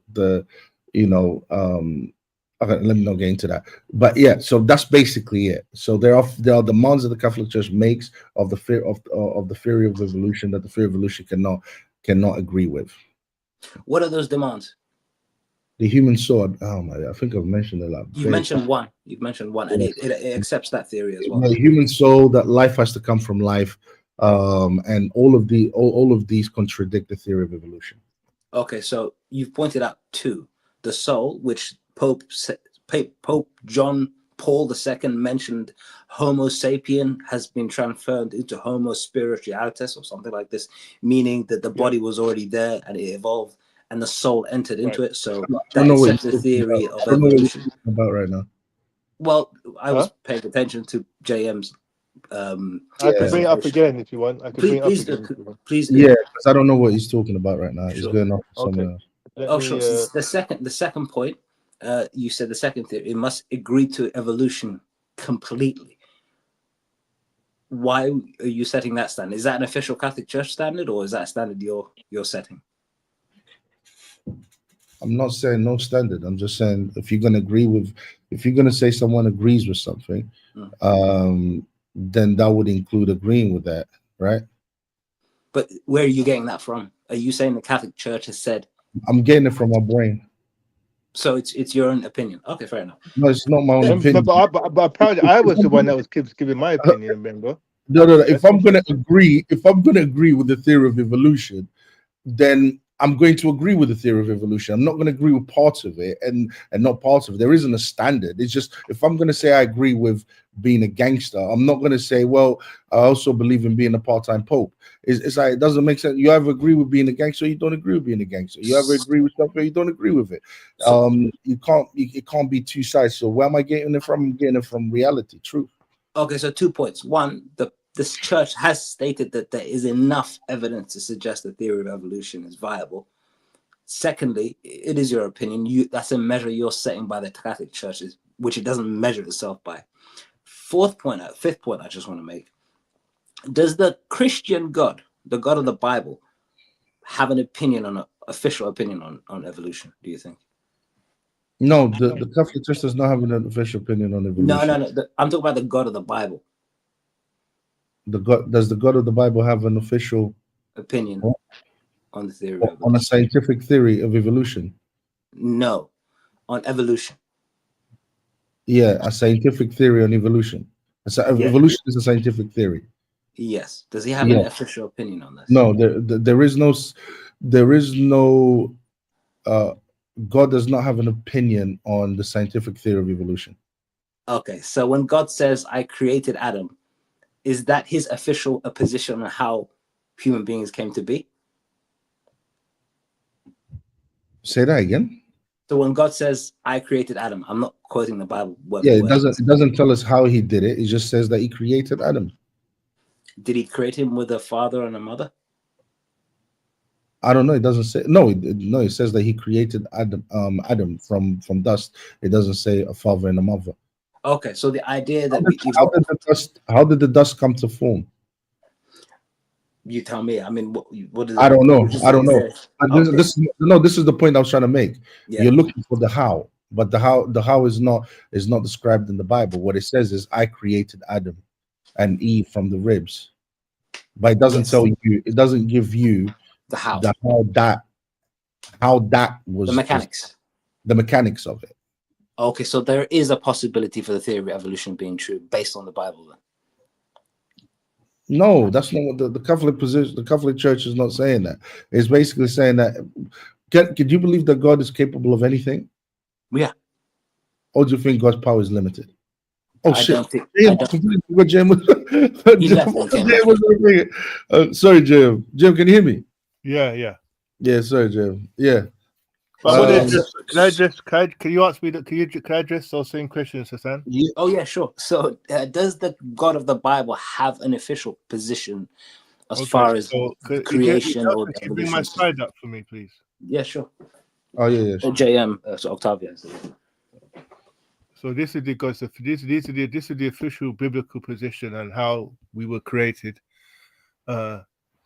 For him, well, you, Lord, are the only God. You created the heavens, the highest heavens, of all the stars, the earth, and all that is on it, the seas and all that is in them. You gave life to all of them, and all the stars of the heaven worship you. We have, for by him were all things created that are in the heavens and that are on the earth, visible and invisible, whether they be thrones or dominions or principalities, to powers.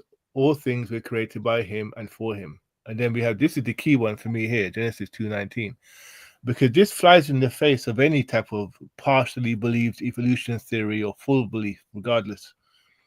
Now the Lord God had formed out of the ground all the birds in the sky. He brought them to see what he would name them, and whatever the man called each living creature, that's what was his name.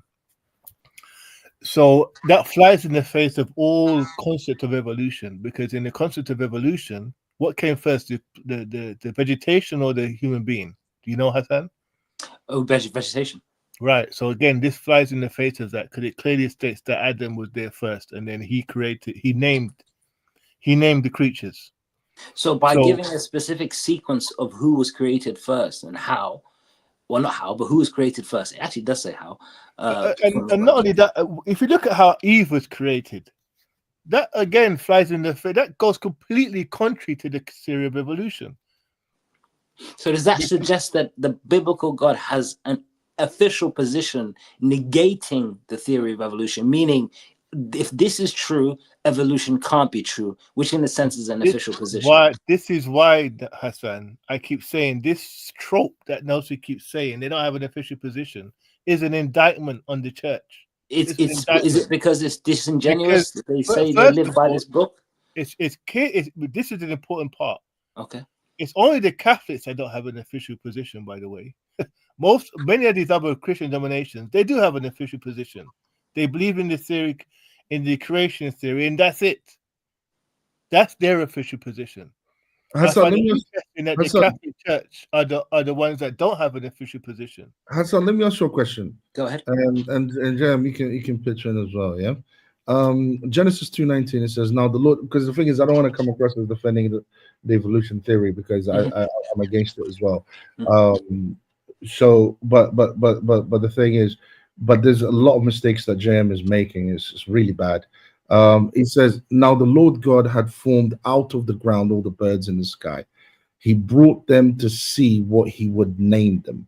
And whatever the man called each living creature, that was his name." Okay. It says, "Now the Lord God had formed out of the ground all the birds in the sky." Please tell me, does it state in that passage how the Lord formed out of the ground? Remember what we're talking about, dust here. All right. Before we go, hold on a second. Just a question. Let's go back a bit, because you said I made some mistakes. So let's talk about the mistakes I made first. He's Yeah, doing that now. this is literally one of them. Not just say stuff. Does it say how it was formed? Because if you look at the If I theory of say hold on a second. JM, just let me finish. The theory of evolution, if we're going to talk about the theory of evolution, and we're going to connect it to the origin of life, Mhm. what it states is that the single-celled organism was formed out of what? Do you know? Don't know. Well, Echo chambers. non-living matter. the Oh, theory of Non-living matter. Hold the on. theory of that's not true. The theory of evolution is. follows. Hold on, let me finish. The theory of evolution follows the Big Bang theory. Yes. That's where it comes from. Okay, it No. follows the Big Bang theory. Yes, it does. We're Without talking about human evolution. We're not and talking I'm about saying, Big Bang theory. I'm giving you this. You're answering the question. I'm answering. Let me answer. So the Big Bang theory precedes the evolution theory. Yes. The Big Bang theory produced life, is what the evolution theory claims. The Big Bang itself, Produce with the the universe. proton and electrons fused together and that created the bang, Yeah. that produced life. Yeah. So yes, there is this idea that it came from nothing is wrong. What you're saying, it came from No. the Big Bang theory. And the Big Bang theory is where they say life started. Well, all of existence started. Yeah. All of the universe. Right. Yeah, life started from the Big Bang. Yeah. Yes, Yeah. but I'm being a bit more specific about. He's talking about, I'm he's being talking about cellular. Yeah, I'm talking about cellular evolution. I'm not talking about the Big Bang theory. Okay, that had nothing to do with what I was talking about. I'm talking about cellular evolution. How did that come about? Mhm. And how did that come about? Well, it would be the Earth cooling down, and then water vapor, building into the universe. Oh, building into the Earth. Well, sorry, forming on the Earth, and then from there back to singular cellular Was organisms. that for living matter or non-living matter? Or what's living? I guess it'll be not living. I guess. I mean, it's boiling magma. I don't know what that is. Is that living? I don't know. Thank you. So for non-living matter, right? Am I correct in saying that? No, you're not correct. So the single-celled organism, according to their biogenesis theory, was it created by non-living matter or living matter? Living matter. That's incorrect. No, it's not. You can put it on the It screen. is. You can put it on the screen, Octavio. You can literally just research it's incorrect. Somebody's typing. I don't know who it is. Evolution began. Not evolution. I'm going to read it. I'm going to read it, guys. I'm going to read it. Not what it says. I'm going to read it. I'm going to read it, guys. Let me read it. Evolution began with the self-replication of molecules. Is a molecule alive or dead? Oh, it's alive. Oh, okay. Next topic. That's nothing to do with what I was just said. We're talking about a biogenesis. I think it would be fair to let Octavio finish. Just let me finish, and then you'll see what's going on. Please. Let's entertain this idea. So let's say non-living. Yep. Let me just show you because I just did a quick Google search. Right, it's very simple, guys. Okay, this is what I mean. All right. What does it say here? I don't know. Can any of you guys read it? A bit bigger. A scientific theory explaining how life arose from non-living matter on Earth. It proposes that through natural processes, simple organic molecules gradually evolved. This is organic. Organic is living. No. Okay, I'll read it properly. Abiogenesis is the scientific theory explaining how life arose from non-living matter on Earth.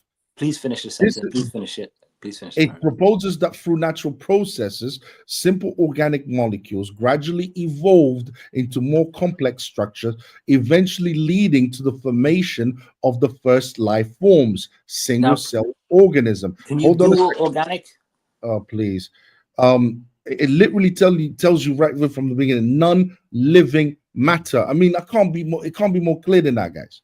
Evolution began with the self-replication of molecules, likely RNA, and the subsequent formation of early cells. Molecules are alive. Organic. The word organic means alive. Oh my Lord, this is unbelievable. James is giving me the definition of evolution while I'm giving him the definition of abiogenesis, which is how a single-celled organism is formed in the first place. We're talking about evolution. No, we are Yeah. talking. No, Yeah. but We're talking about the but JM, debate is about but evolution. JM, hold on. But JM, in order for you to talk about evolution, You how need it to talk happened, about you, first, abiogenesis. you need to first talk about how that single cell even came about in the first place. It was through abiogenesis. And I'm telling you that without living matter or organic matter, life couldn't have started. Yeah, but Octavio, we're just gonna go around in circles. Could you just Google what the word organic means? Because that's living matter. You're not reading all of it and missing the context. Oh my, okay, bro, read it again for yourself. Man. I've read it. I know what the word. I know. It literally says the scientific theory explaining how life arose from non-living matter on Earth. Octavio, you can repeat it 100 times over. That's what I mean. That's what I mean. The word organic means living. So this definition of abiogenesis is incorrect. Is that what you're saying? Well, it's not within context, because why would it have living matter and non-living matter? Why would it say non-living? Why would the scientific theory or the scientific theory of abiogenesis be defined as non-living matter if it's living matter? You can click on show more and then it'll give you more context. Okay, cool. Let's see it. But guys, I want people to realize what's happening here. I know exactly what's going on. What's happening. I know exactly. So that's why I wanted him to carry on. What we're seeing happening here is cult. Yeah. Because what Nelson is acknowledging is that the Catholic Church believe in evolution. But what he's trying to do is show that they can't believe in it because of this so-called non-living matter. Completely ignoring the fact that the Catholics themselves have said and highlighted the fact, and this is something I want Nelson to tell me if he believes in or not, that the human being evolved from pre-existing life force. Is that something you believe in, Nelson? Nelson, yes or no? I'm sorry? Do you believe that human beings evolved from pre-existing life forces? What do you mean by pre-existing life forces? Well, hold on, Hassan. Hold on. In that document that you kept quoting, it says it there. So what do you think Yes, but you're not quoting that in its proper context. You quote it and you explain it. What does it mean? Okay, yeah, I'll explain it. For these reasons, teaching authority of the churches does not forbid that, in conformity with the present state of human sciences and sacred theology, research and discussions on the part of men experienced in both fields take place with regard to the doctrine of evolution, in as far as it inquires into the origin of the human body as coming from pre-existing and living matter. What it's basically saying is you should finish it. You're not letting me finish. All right, you should finish it. Finish your sentence. Finish it. There's a bit more to read there. Finish it, Nelson, please. Bro, you can't keep interrupting me when I'm answering the question. If I'm asked the question, I need to be able to answer it. If you interrupt me midway, then that means it's just pointless. You answer the question. You want to read it all, Hassan? All right. Go on, Hassan. You answer it. No, I'll let you finish. For these reasons, the teaching authority of the church does not forbid that, in conformity with the present state of human sciences and sacred theology, research and discussions on the part of men experienced in both fields take place with regard to the doctrine of evolution. So he's saying, in as far as it inquires into the origin of the human body as coming from pre-existing and living matter. Okay, it's talking about the church is not against inquiries, research, discussions taking place as long as it's inquiring, as long as it's not is based on life coming from life and not life coming from non-life. If it's based on that, it's okay with the research that it does. It's not saying that this is what we believe in, that this is where life. Hold on a second. One thing that is not saying is this is where life comes from. This is what's going on. Is basically saying the church is okay with research being done and discussions being had about inquiring the where life comes from. This is what it's talking about. It's not saying. Hold on a second. Let me just finish this. It's not taking a position, and then. Finger says, Carry on reading. For the Catholic faith obliges us to hold, and then explain, and then it gives you an actual doctrine. It says, for the Catholic faith obliges us to hold that souls are immediately created by God. However, Okay. this must be done in such a way that the reasons for both opinions, that is, those favorables and those unfavorable to evolution, be weighed and judged with the necessary seriousness, moderation, and measure, and provided that all are prepared to submit to the judgment of the church, to whom Christ has given the mission of interpreting authentically the sacred scriptures and of defending the dogmas of faith. Okay, could you This share is my what- this is screen? why I thought- Can I? And last bit. This is why when JM keep bringing that up, I kept ignoring it, because JM again doesn't know what this actually says. This is not an acknowledgement. This is not a proof statement of yes, we Bring believe my that. screen up again, please. JM, can I just speak before Can you I speak? put my screen up quickly? Oh, okay. I just Yeah, wanted to say something. I just wanted to say. Don the Marco. Oh, you can say it. You can say it. Okay, You can say it. Octavio, Octavio, could you? No. I'm gonna take that under Marco right now. Could you just repeat the last Don sentence the Marco. Where's my screen? Hold on. I got you. Yeah. before you go on, Jay? Could you repeat the last sentence of your statement? Sorry, hold on. Let me just acknowledge Rick James. Rick James, sorry, bro. We can see all the questions that you're asking, and sorry, we kind of got, I mean, we're going back and forth and so on. So I mean, we'll try and address as much as we can. But shouts to you for engaging with us. Yeah. Go ahead. Yeah. So could you repeat the last sentence What last sentence? of that thing that you just read? Because I don't have it on my screen. Of what thing? Of the document? Oh yeah, the document. Yeah. Okay. The last sentence that I repeat You read. is, for the Catholic faith obliges us to hold that souls are immediately created by God. However, this must be done in such a way that the reasons for both opinions, that is, those favorable and those unfavorable to evolution, be weighed and judged with the necessary seriousness, moderation, and measure, and provided that all are prepared to submit to the judgment of the church, to whom Christ has given the mission of interpreting authentically the sacred scriptures and of defending the dogmas of faith. So this is the problem with your perspective. The research has been presented to those who are, and I say in quotes, given the authority of Christ, or whatever the statement said. And this is what they've said. Today, more than half a century after the appearance of humanly generous, or whatever it is, new findings lead us towards the recognition of evolution as more than a hypothesis. Whatever the thing says. The point I'm making is the church has made an opinion on this.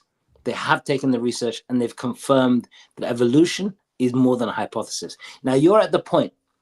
Do you either ignore the church? That means that's the Pope, the bishops, everybody who is the authority. Pope means Papa, right? It means the father of the church, in a sense, or whatever, right? It means the person in the highest authority. You either reject the authority, which means you reject the church, or you accept it and you accept the idea of, and you become like Thomas, whatever the guy's name was, the guy that says the Catholic Church believes in evolution. You only have two options. Tom McFadden. Tom McFadden. Those are your two options. You either reject the church or you accept evolution as a belief of the church. Those are the two options. There's not a third. So, Jim, do you mind if I answer him? Yeah, go ahead, bro. Okay, again, everyone, please forgive Hassan. He's only a Muslim. He doesn't understand much. If there's a difference between opinion and dogma and doctrine and official doctrine and dogma and so on in the Catholic Church. So if when a pope wants to make something doctrine or dogma, he'll put it in a document, either being a paper bull or encyclicals, or it would be those type of documents, and then it would be official and it will be released to the public for the public to obey, or for the faithful to obey. What JM, my brother JM here, got is a quote. This is an opinion that the Pope has. The Pope, when the Pope offers his opinions, it has no authority whatsoever. Now, if he was to offer an encyclical or a dogma, also a doctrine. Dogma is more related to revealed truth in the scriptures. But if he was to issue that, then yes, I would literally take everything that you've just said, Hassan, absolutely seriously. But because you can't, but the thing is, the problem is you guys keep rejecting that this is how things are done in the Catholic Church. But that's a you problem, not a problem with the truth. So you have to work it out with it amongst yourselves, inside of yourselves, that this is a you problem. So essentially what Nelson is saying You can is reject if a Pope says it, ignore it. If he writes it down, take it as gospel, which is the ridiculous, preposterous line of thinking to have, in my opinion. But there you go. I'm not Catholic. But what I want to make this point here is that, so just to expand on what you were saying, Hassan, about the this particular statement here regarding the pre-existent and living matter. What Nelson refuses to acknowledge is the fact that the next Pope addressed it. So he addressed that document, and as Hassan rightly highlighted, the new evidence, in their opinion, new findings. So yes, going back to this 1950s, they said, yeah, we don't mind. We want to see the research. We're interested in the research. As Hassan said, they saw the research, and they said, wow, new findings lead us towards the recognition of evolution as more than a hypothesis. Yeah. So the chart has advanced. It's progressed. So you can't. Where's the encyclical then? You can't keep. There have to be one. You can't keep referring to you. That's what I'm saying. To you, that means something. But to the average person, it doesn't mean anything. Not to me. You. No, so that just means something to you. Not to me. It does. To you, only you did that. To you, it makes a difference. That not to me, to the church. Let me finish. That one Pope wrote it down and the other Pope said it. Because there's Catholics within the church, high-ranking Catholics, that are very aware of that original document, and they've expanded on it, such as this Pope. He said, yeah, that was a great bit of work the other Pope did. We now have new information that the other Pope didn't have. We now can make new judgments based on new information. And based on the new information, we're more inclined to recognize evolution as more than a hypothesis. So with respect, that document that you keep referring to, it doesn't mean anything. It's worthless. It's within the Catholic Church, it's worthless. It's useless and worthless within your own church, because popes have come after it and said, yeah, we acknowledge that bit of work, but now he did it. He wasn't privy to what we're privy to now. And based on what we're privy to now, we've come to this conclusion here. This is what we've come to now. As soon as hominoids had language, they became spiritual beings. They raised their voices in the praise of God. Homo sapiens ought to be called Homo spirituals. This is what's happened now with the increased information that the church is privy to. They've come to the conclusion now that yes, there was human beings, pre-existing life forms that then became Homo sapiens and then became infused with a soul. The soul issue that you keep referring to, I keep saying to you, means nothing, because it doesn't take away the fact that Catholics, many Catholics in prominent positions, which to me represents the Catholic Church, and I have more than justification for saying that, believe that there was human beings had pre-existed life forms. So there was a half ape, a half human being. This is what they're basically saying. Because what were these you could tell us. What do you think these pre-existent life forms were? Before you do, there is no scientific way to prove for the soul, because the soul is metaphysical. It's not physical. So to say that evolution doesn't conform to the soul or can't explain the soul or doesn't have the soul a part of his theory is disingenuous. Well, I said that. I said it's You not said- interested in that. Yeah. No, Well, no, you say not interested. I go as far as say disingenuous, because Octavio knows you can't use science to prove God, because God is metaphysical.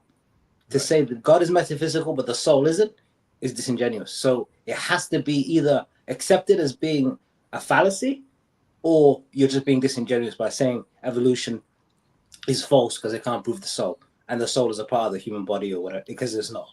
How did we get language, Nelson? How did we get language as human beings? Speaking I don't language. know. I don't even know what Hassan is talking about. I need to You understand. do know. You do know. You're this far away from being Hold on, Thomas. can I speak? Can I speak? I'm actually trying to. Without adding insults, yeah. I'm actually trying to understand what you guys are going on about, because first of all, JM is trying to force his interpretation on the Catholic Church when we are very clear about what the Catholic Church teaches. Well, we know what is authoritative and what is not authoritative, and the Catholic and the Pope's opinion on the matter is not authoritative. He's trying to disregard the validity of the encyclicals. Hold on. Just repeat that Hold again. on, I'm still finishing. Come on, guys. You said about what the Pope said is not authoritative. Guys, come on. Let me finish. Let me finish. Confirm that, Nelson, that he said that. You said what the Pope said is not authoritative. No, a pope's opinion. Not every pope. A pope's opinion on any matter. Okay, it doesn't have to be. It's not authoritative until. When does it become authoritative? Does it have some kind of When does it become authoritative? Yes, but it's not authoritative in the sense that the faith. I'm asking you, when does it become authoritative? When does yes, it become when it's put down in encyclicals and so when it's written down. Let me finish first, bro. You keep cutting me while you're asking. Be clear on this. When it's in document form. Let me finish, please, man. Say it though. Let me finish. Around the houses. Let me finish. You guys don't have to be triggered. You lost the debate. It's okay. When it gets put down in encyclicals, when it gets put down in the form of a document in encyclicals, and it becomes what do you call it? When it becomes incumbent in us, when, for example, I now as a Catholic have no choice but to obey it. So, for example, when you put it in papal bulls, when you put it in encyclicals, when you put it in those on canon law or on the catechism, when you do that, okay, what that basically means is the reason why it's important that happens is because I, as a Catholic, cannot, whether I like it or not, I have to obey it. Whether I like it or not, whether I differ from that opinion, whether I don't like the opinion, I have to obey it. Now, if the church, if a pope just gives his opinion on a certain matter, that's not. Where does it say in the catechism that I have to obey the evolution theory? Where does it say that I have to agree with it? It doesn't. Where does it say in the canon law that I have to agree with it? No. So if in passing the Pope says something that, I think there's some kind of validity in the thing, does that mean that me as a faithful, as a part of as a follower of the Catholic Church, I have to now obey it? No, it doesn't at all. And if you guys don't like that fact, it's up to you. But that's what the Catholic Church believes in. So let me respond to that. So I think you misunderstand when we talk about what the Catholic see. If I teach my son to go and kick someone in the head, that annoys him, and he doesn't do it, that doesn't change the fact that that's what I taught him to do. So your argument doesn't really make any sense because you don't agree with what he said. That doesn't dispute the fact that that's not being taught, and that's what the whole debate is about. The Catholic Church teaches evolution, that it's okay to believe in evolution. It believes in evolution. Just the fact that you don't believe it, hold on. Just the fact that Nelson doesn't believe it, or agree with it, or do it, doesn't negate the fact that that's what the church teaches. And that's what I've been showing him over and over again. Who teach within the organization is the leadership, the hierarchy. The hierarchy I've shown over and over again have endorsed evolution. Over and over again. Popes to bishops. Some bishops are going as far as teaching it and saying that they're closer to God through it. Some of the leadership are talking about the process of human beings having pre-existent pre-existent life forms. Whether or not Nelson agrees with it or believes it is inconsequential. The point is, the Catholic Church is teaching evolution. All right, show me where in the catechism. Show me where in the catechism it teaches evolution. Even here, look, let me show you something here. Show me where in the catechism it teaches evolution. Where does this term come from? Catholic evolutionism. Where does that come from? I don't care. It. The belief the belief that God is the ultimate creator. And show me where in the catechism it teaches evolution is a natural process guided by God. Show me where. Here, hold on, I'll show you. I will show you. Yeah. This guy here.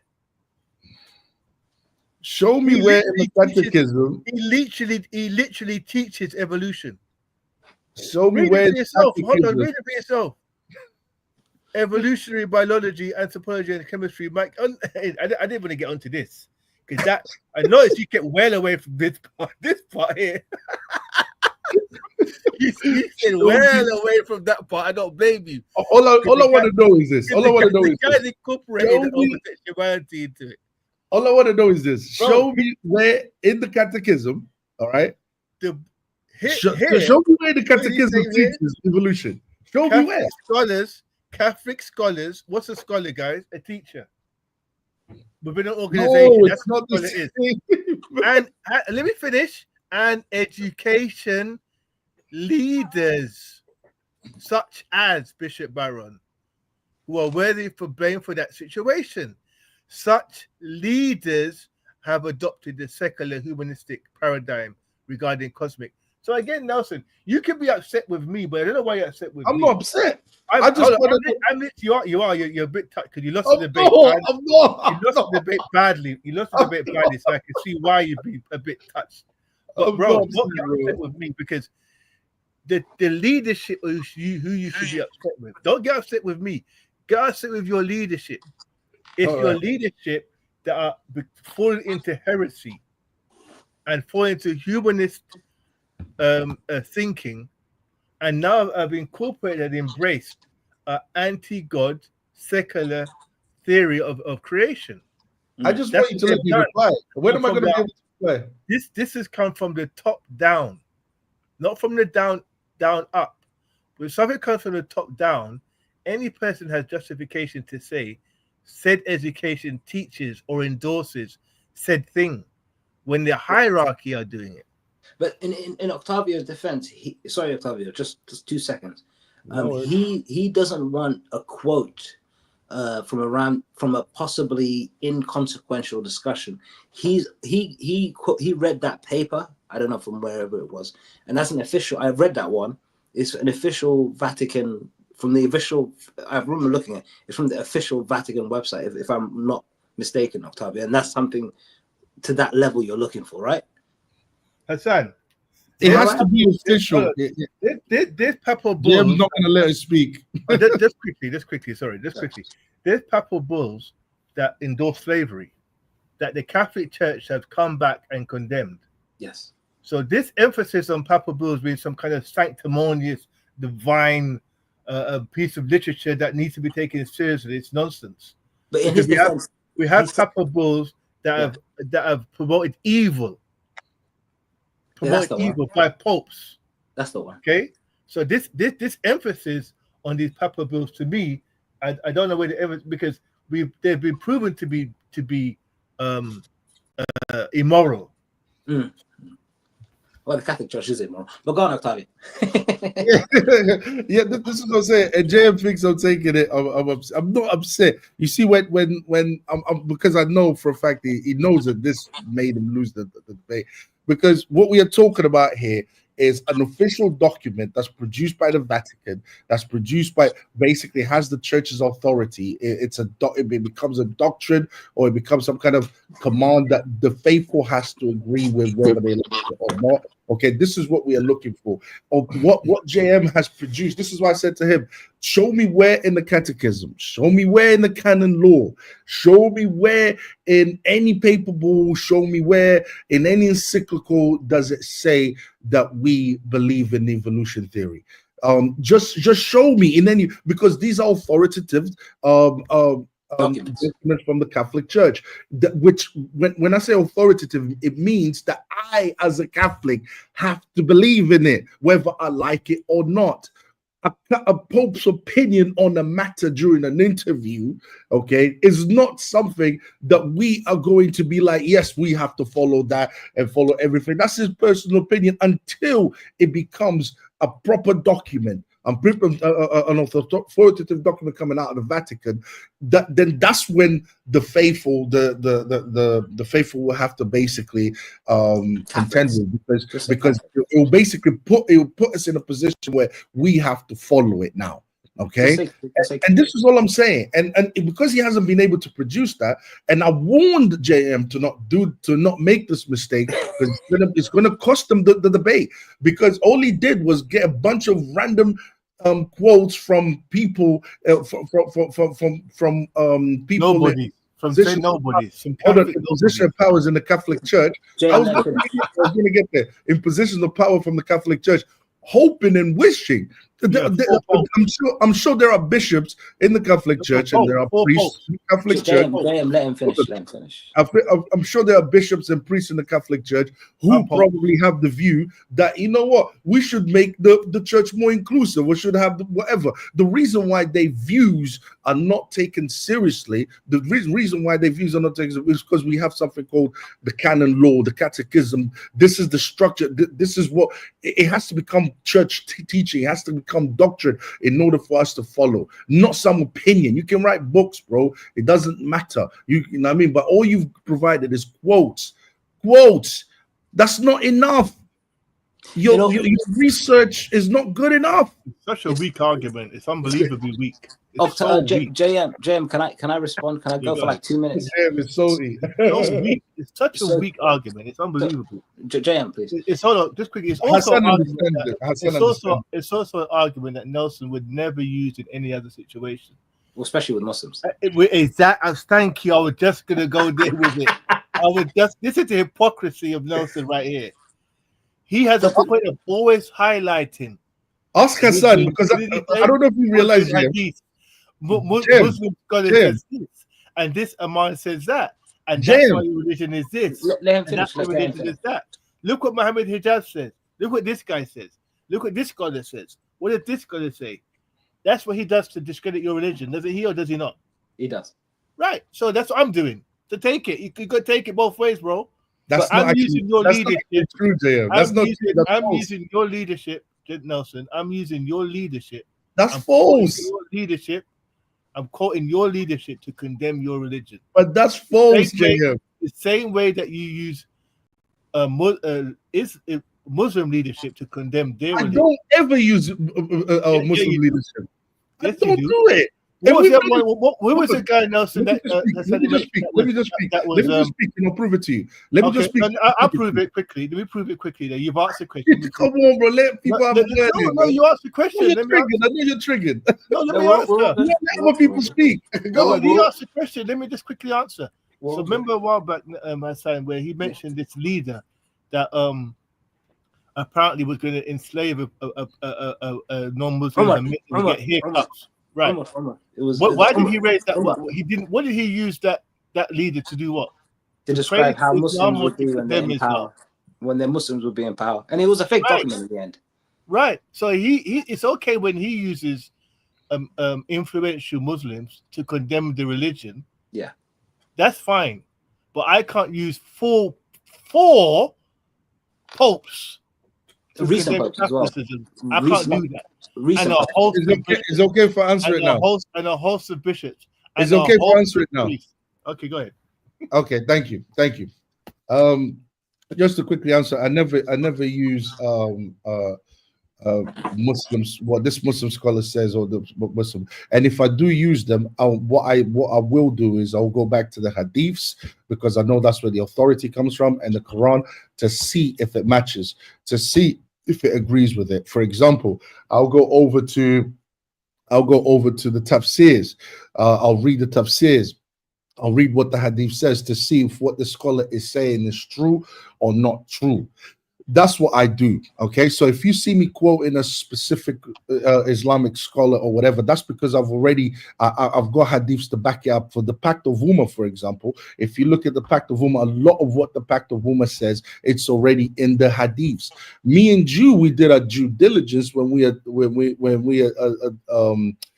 addressed the Messiah marriages. We did a due diligence to make sure that this was taught by the hadiths, by the Quran, that is backed by proper teaching from the faith. That's why the Muslims that were in the comment section had not an issue, did not disagree with us as far as misrepresenting what the Messiah marriage taught.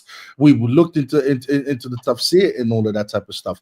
And again, this is what I'm trying to say. This is what I do. I don't get quotes from this thing and then ignore the official documents from the actual organization. Or, for example, for the Muslims, it would be the hadiths and the Quran, and for the Christians, it would be the Bible and what the church teaches as far as doctrines and dogma goes, in the form of encyclicals, in the form of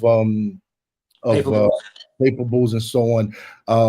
So at the end of the day, to accuse me of that is just false. But at the end of the day, that's why you lost the debate. I told you to stay away from quotes. Octavio, can I have 2 minutes with you with that, JM? If you can be, do you want to say something, JM, or I just wanted to? Oh, go ahead. James is done. James is done. He's done. He's out of here. He's not done. He's not done. But the reason I'm somehow let me for clarity, I've never won a debate so easily. Just putting it out there. It was so one-sided. It was so one-sided. It was laughable. Yeah, okay. So Octavio, the reason it sounds like I may be defending Octavio in this case is simply because I'm looking at this document, the layout, and it's an official document on the Vatican website. By that seal, I can tell, because I've seen Octavio use this standard before, and the standard was in the scenario of the blessing of same-sex couples. Octavio went through that document with a fine-tooth comb and used that as a particular source. He did not focus more on the words of the Pope, but more on the word-by-word interpretation of the document. And he's doing the same thing again today. He is saying a pretty much consistent standard when it comes to this type of layout, which I know, Octavio, correct me if I'm wrong, is an official document on the Vatican website, meaning it's going to be there for centuries and centuries and centuries. Forever. Yeah. Every other pope in the future may refer to it, may not refer to it. Let us finish. I'm just saying, when I see Octavio maintain a consistent standard with his own church, I can say he is. And this is the critical point. I'm just making my second point. Actually, I've got 2 more points to make. 1 more point and then another one.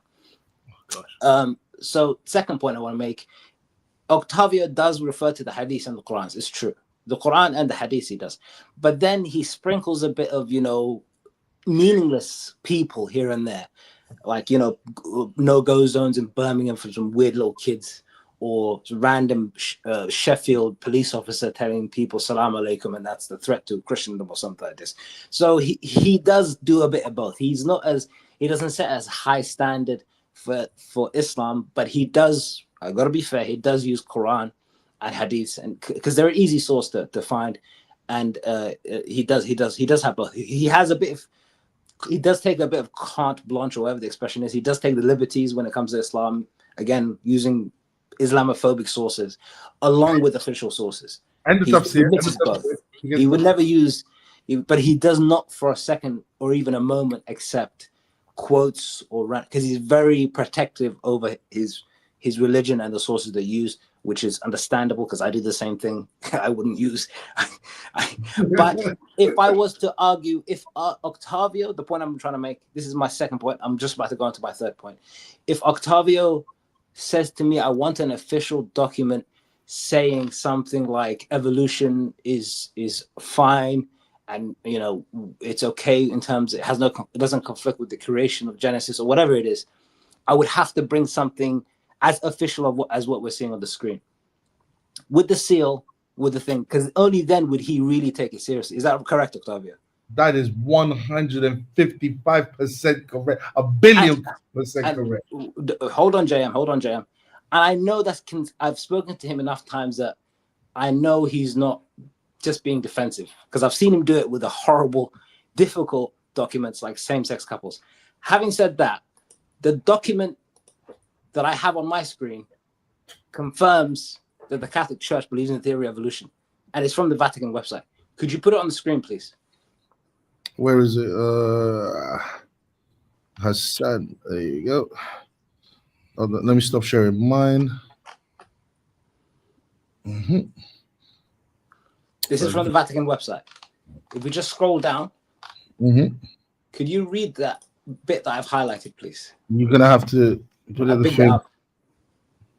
The Big Bang Theory, which is proposed today as the origin of the world, does not contradict the intervention of a divine creator, but depends on it. Evolution in nature does not conflict with the notion of creation, because evolution presupposes the creation of beings who evolve. Let me just read that again. The Big Bang Theory, which is proposed today as the origin of the world, does not contradict the intervention of a divine creator. Yes, of course it doesn't, but depends on it. Of course it would depend on it. Evolution in nature does not conflict with the notion of creation. Evolution in nature, what does he mean by that? Evolution in nature does not conflict with the notion of creation, because evolution presupposes the creation of beings who evolve. That part there is what I have an issue with, and I don't understand. And that's the problem with the Catholic Church. It's very ambiguous when it comes to secular belief thoughts. This document confirms that the Catholic Church is open to the idea of evolution in nature. That means human beings as well, including the Big Bang Theory, that we all came from a singular point out of nowhere, out of nothing. That doesn't necessarily have the involvement of God involved. Not necessarily. I'm trying to find out what the document actually says, not what you wanted to say. This is the thing. It's a bit ambiguous. Hold on a second. I'm just going to conclude. I've made my point. If you want to know, I have to give it to Figgy. That is a good point to make. That is something that I would actually. Can you put it up, please? Can you put it up, because I want to have the document in front of me. Can I say something now? Go ahead. Now, what's so interesting about this debate? Don DeMarco. That's the Hassan. But the thing about it, all you've done, Hassan, is literally justify what all I've been saying all along. Why have I been saying all along? Is that when you have so much people in leadership making these very, very definite remarks about evolution, very supportive remarks about evolution, there has to be an ethos within the institution. So what you've proven there with that document, it justifies what I've been saying, and it goes back to the analogy that I gave with the gym. If there's a piece of paper somewhere in the gym that says, "Hey, to get legs, you've got to do squats," there's a document in the drawer somewhere that says that. Fair enough. But if all the manager, if all the personal trainers say, to get big legs, you have to do bench press, and I walk into that gym and I hear that, and I leave the gym, and someone says to me, "What those people in that gym? How did they say to get big legs?" He has a right to say, "Yeah, by doing bench press," and the person will say, "But I think I saw a document in there that said that to do squats." No, well, that's not what they're saying in there. All the leaders in there are telling me I've got to do bench press. So this is what I'm saying to you. This is why I'm justified in saying it. And this is my whole point. It doesn't matter what Nelson says, really. I'm not coming from a Catholic point of view. I'm telling you what they teach. Nelson might not want to accept it, but I'm telling you what they teach, and I've proven what they teach. That's why I won the debate, because I was able to prove what they teach. All you've done is just put the icing on the cake. But to be honest, this is great, but it just justifies what I've been saying all along. That Do you think the leadership constitutes the institution. The leadership and what the leadership say. One leader after another has been promoting evolution and supportive of evolution. With each person, it's becoming much more supportive.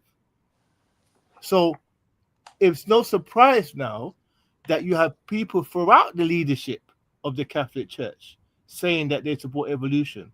And that's why to keep harking back to a document from the 1950s and say, oh, because it's not clear here, that means that the church is not teaching it. That's nonsensical. It doesn't mean anything. Bro, can you bring it back up again? Because you keep I don't know why you keep moving the document. But thanks for proving I won the debate. Thanks for proving I won the debate. No, you didn't win the debate. Bro, he just proved it. No, he didn't. That's what I'm saying, Jim. You need to pause for a minute. He didn't prove anything. Bro, this is just confirming what I said all along. The debate was lost. From the beginning, I told you. All I confirmed with him is the fact that he actually brought something that's actually considered as a good enough evidence. That's the only for thing. You, only for you, Nelson. It's evidence for you. No, it's not for me. I wasn't trying to convince you of it. I wasn't trying to convince you that the Catholic Church teach evolution. I'm not trying to convince you of that. I'm convincing the audience. I know you won't accept it. I'm convinced, and I've convinced the audience, and I've showed the audience that the Catholic Church teaches evolution. All Hassan does is prove it to you. On the occasion. You see the difference? Hassan, do you see the difference? What I'm saying there? That was my goal. That's why I wanted the Vatican. Does that make sense? So to him, he needs this. Yeah. I don't need to prove it. I don't need to prove it to this level to him because he's not my audience. Yeah. This is a debate that goes out to any and anyone that listens to it. So any and anyone on the basis of being objective, it's clear that I'm proving that the Catholic Church teaches evolution. It's only to Nelson's criteria. He needs additional criteria, which is some official document from the Vatican. Yeah, which you've now provided, and I bet he still won't accept it. Well, the document is pretty damning. It goes on to say that God isn't a magician. That he essentially suggests that God. It's in the document. God is not a magician. So those quotes He still won't accept it. This is the thing, though. Yeah. Well, he has to. Well, he won't. It's an official Vatican. Well, he has to reject the Vatican then. Would that like Jem doesn't understand he lost the debate then? No, I did not lose the debate, Jem. Yeah, bro. If you believe this, you have to concede he lost. No, because you're not looking at things objectively. Hold on a second. On the occasion, I had to take a picture of it. I just want to have it in front of me. That's all. On the occasion of the inauguration, guys, you can carry on talking. Let me just. Let me ask you a quick question. If this proves that the Catholic Church endorses evolution, well, am I right or are you right? So is that question for me? Yeah. If this proves that the Catholic Church endorses evolution, then you would be right because I look at things objectively. Okay. So, guys, I won the debate. Thanks for confirming it. No, bro. You did not win the debate. That's what you don't won the get. Debate, bro. And thanks for confirming. That's the debate. Can you read that part? Can you guys see that part on the screen? The part I just highlighted. It says, and thus creation has been processing. Bro, can you send me a link to this because I can't find the bloody thing? Well, I'll send you the link. I'll send you the link now. It says, and thus centuries has been processing. Creation has been processing for centuries and centuries, millennia and millennia, until becoming as we know it today. That means that at some point human beings weren't human beings, right? Previously, because God is not. I got it. Wow, he's not a demiurge or magician. What's a demiurge? What does that mean? Okay, the Big Bang. Hold on. A demiurge is a philosophical and religious context. A demiurge is a lower god. A lower god. Yeah, meaning God is not the creator. Bloody hell. Yeah, a lower god. Yeah. Oh, you guys are atheists, man. The Pope's an atheist. But Hassan, Okay. do you see what the point I'm making is that the fact is, Yeah. when you have so much of the leadership, Yeah. not the rank and file Catholic, the leadership, Yeah. constantly making these remarks about evolution, Yeah. how am I not justified in saying that the Catholic Church teaches evolution? Like it literally Because, 101 makes 2. because the Catholic Church is a religion that has a structure, and for some people, I think you need to go from a top-down perspective, and the Vatican website is the best source. I think they have these discussions in public, and then they just write it down and make it official on their website. I think they test the waters, because the idea is, are we suitable to the general public, to the atheists and to the agnostic? That's why they're probably blessing same-sex marriages. So what they say in public isn't that important to a Catholic. What they write down in paper balls or their Vatican website is the Can I part. ask a question? What's your creation story in Islam? You haven't got to go deep into it, just like briefly. Oh, it's pretty much the same as you guys. The order might be different, but God created the earth and such and the heavens, and then he created Adam in heaven as whole with no mother, no father, and then he teleported him basically from heaven to earth as a whole human being, him and his wife. Now, I'm assuming that this creation theory is widely believed by most Muslims. Yes. 99.99%. Okay. Now, who would you? I don't know if you have this. Yeah, I've got my reply now. Okay, let me just finish my question. So, who would you say are like a pope equivalent? Do you have one? We have popes, not one head. We have quite a few heads, but it would be the ones in Medina. It would be the ulama, the scholars. Okay, so can you imagine someone of that level saying that all Muslims are naive to believe in that creation story? No. What would happen to him if he said that? He would be deranked. Okay, well, there you go. That's my whole point. And that's why I say to you, this is a Catholic leadership position, because I presented a priest there who's on the level of me of being seen as a prominent Catholic. This is how he's quoted as being, and that's why I posted the picture of him with the Pope. And also, I forgot to add, he's an author too. He's a Catholic author. He's written many books, which are sold on the Vatican website, by the way. And this is his position. You can't ignore that. Can I address it now? At that level, making these kind of statements, and he's still within the folds of the Catholic hierarchy, writing books that are sold on the Vatican website. The same man believes that if you believe in the creation theory as written in the Bible, you are naive. Can I address now? Okay. All right. The Big Bang Theory, which is okay. Hassan, nice try. That was funny what you did there. The Big Bang Theory, which is proposed today, okay, first of all, it's talking about the Big Bang Theory as a scientific theory which has been discovered. It was actually discovered by a Catholic priest. It's saying the Big Bang Theory, which is proposed today as the origin of the world, does not contradict the intervention of divine creator, but depends on it. So, for example, let's say it's addressing the current scientific theories that we currently have today, and it's basically saying it's not denying the creation story at all. It's basically saying it's like saying if this scientific theory does not disprove that it would need a creator to create it. So it's actually an argument that theists use against atheists when arguing with them. Oh, so where did that Big Bang Theory come from? Okay, the atheists would argue from nothing, and the theists would basically say from something, and that something would be God.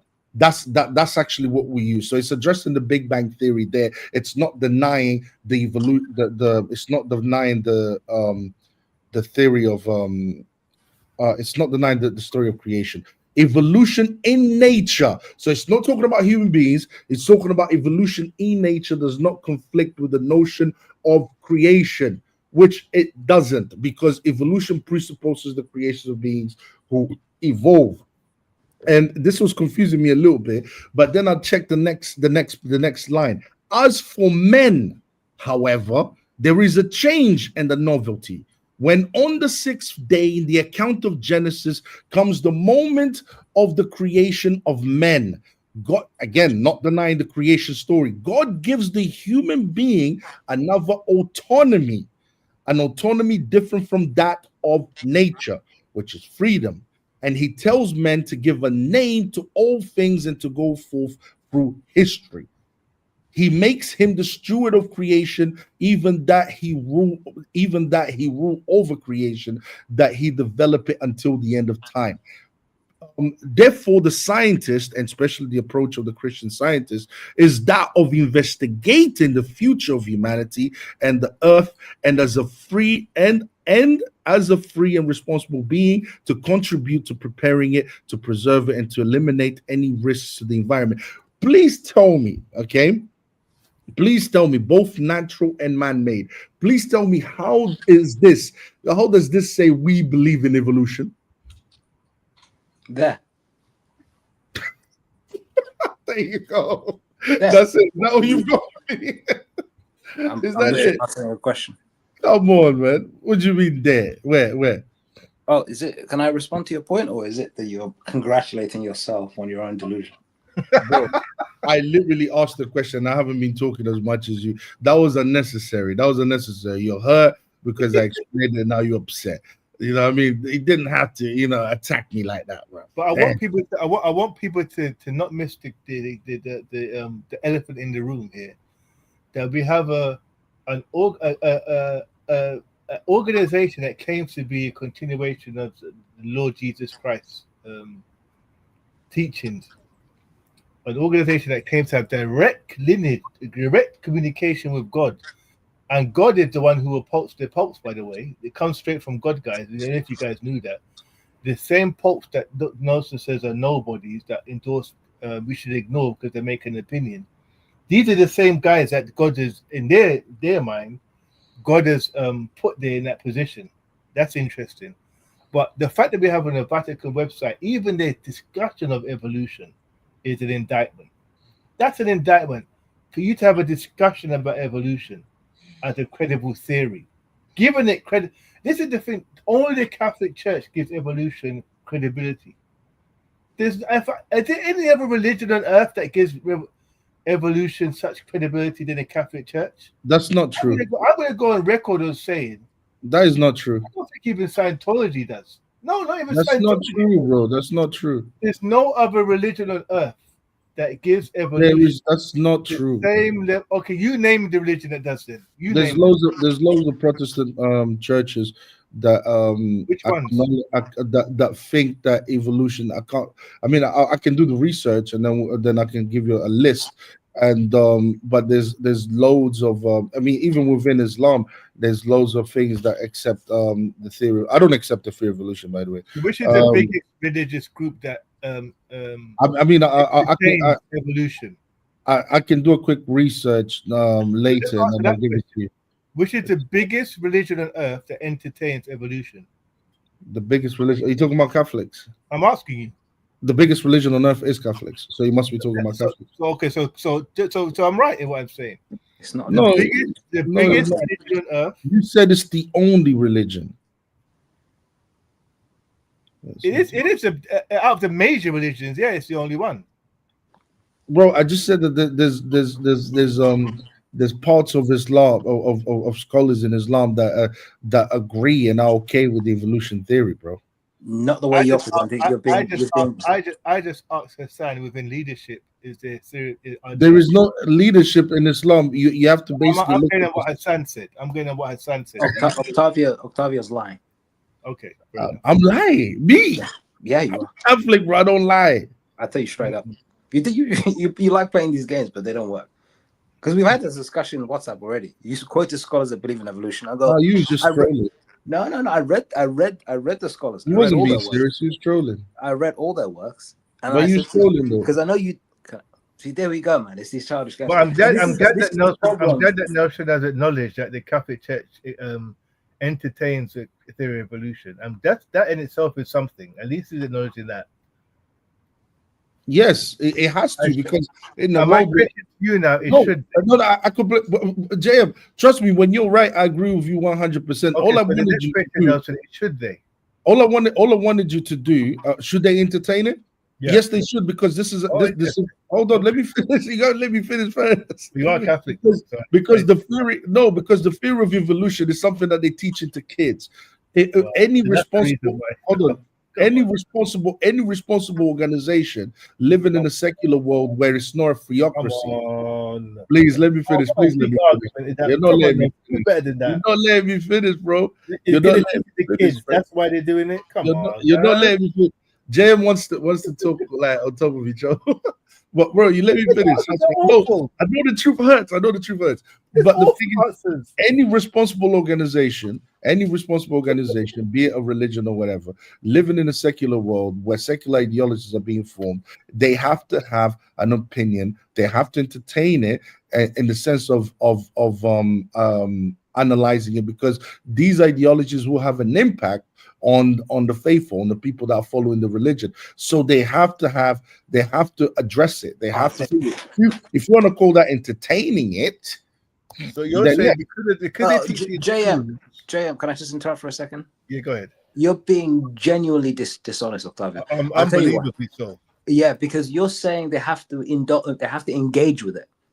The Catholic Church is not engaging with it. It's submitting to it. It submits to the LGBT community by blessing same-sex marriages. It submits to the theories of evolution by accepting it as a truth, because I've just read that second paragraph. That second paragraph doesn't suggest that human beings take an alternative path as far as creation is concerned, meaning that micro evolution is applicable, but macro evolution isn't applicable. It actually suggests that macro evolution is applicable to all, but the only difference between man and nature is that man is capable of creating himself, because if you carry on reading, it refers to man as equal to God as a creator. Well, as a creator like God, meaning we're capable of designing things ourselves, and we're an intelligent ape. It's such slippery language, because the Darwinists say that man is an intelligent ape, and this document, that second paragraph that you read out, suggests that man is an intelligent ape. It submits at every turn, and that's the nature of the Catholic Church, not the Muslims, not other sects. What we've concluded in this debate is that the Catholic Church is no more special. No, what you've concluded. Say that. I know it hurts. No, it doesn't hurt me. It doesn't hurt me. Let me finish then. No, but just say what you've concluded. No, let me finish my point then. Yeah, but don't say we. Don't say we, because you're going to finish it. Let me finish my point. I say we. I say we are referring to myself and any other human being that is not a part of the cult. No, what you've concluded, not what we've concluded. You're not letting me finish. Yeah, because you're let me finish. Let me finish. You're not a part of it. That's fine. What is made clear now is that the Catholic Church is no more special than Jehovah's Witness, Mormonism, even Scientology to a certain degree, because its leadership, with their pens and their papers and their words and their submission to the general status quo, not to the messenger of God, which is Jesus, you would say God, and so on and so forth, but not a person who has a divine connection to God, but the general population. They go through, as it says in the Bible, the wide gate, not the narrow gate. As Jesus said, go through the narrow gate, not through the wide gate. Meaning, do not follow the collective, because the collective leave you astray. The only difference between the Catholic Church, Jehovah's Witness, Mormons, and whoever you can think of, is that they've got fancy addresses and older buildings. That's it. No, but the irony, you're just giving what you think of it. You're not actually debunking anything. Let me just respond quickly. Yeah. So the irony of that, Hassan, is that Jehovah's Witnesses do not entertain evolution at all. Oh wow! Oh, even worse. They don't. They reject it wholeheartedly. But anyway, next you're going to be telling me that they don't conceal, hide. Actually, I'm not going to say it. It's going to be offensive. Okay. Well, just going back to Nelson's very weak argument. Oh, Jim, because Figgy said all of that. Can I reply to that, please? Again, I didn't hear no argument against the idea. I didn't hear no argument for that supports the idea that we believe in evolution from from thinking. All I've heard is his opinion on the Catholic Church, a couple of insults there, trying to discredit the Catholic Church. That's really all I heard. That's not what I would consider intelligent criticism, because what we are here to prove is, does the Catholic Church believe in evolution, and you haven't managed to do that. Okay. And when you can do that, when you can actually engage, when you can actually bring up an argument that actually does that, then that's when I'm going to take it serious. Your opinion on the Catholic Church, of what you think the Catholic Church is doing or not doing, or how you feel about it, or the dress code, or so on, whether the language is ambiguous or not ambiguous, that's neither here nor there. The question that we are here to answer is, does the Catholic Church believe in evolution? And since the Catholic Church does not have a position in evolution, but feels the need to nevertheless address it, because it's a theory that will have an impact on its faithful, on the people that believe in it. Okay, so they have to address it whether they like it or not. Okay, proves my position, which is that the Catholic Church does not believe in it, but nevertheless it has to address it. Okay, and nothing that you've actually said, no arguments. You have brought no arguments, just how you feel towards the Catholic Church, which is neither here nor there. Let me just answer. So the idea that the Catholic Church has to address it is nonsense. They don't have to address it. There's many denominations and churches around the world that don't acknowledge it, and it hasn't had any adverse effect on the people that attend the church. So that's out the window straight away. They did not have to entertain it, and as Hassan rightly said, submit to it.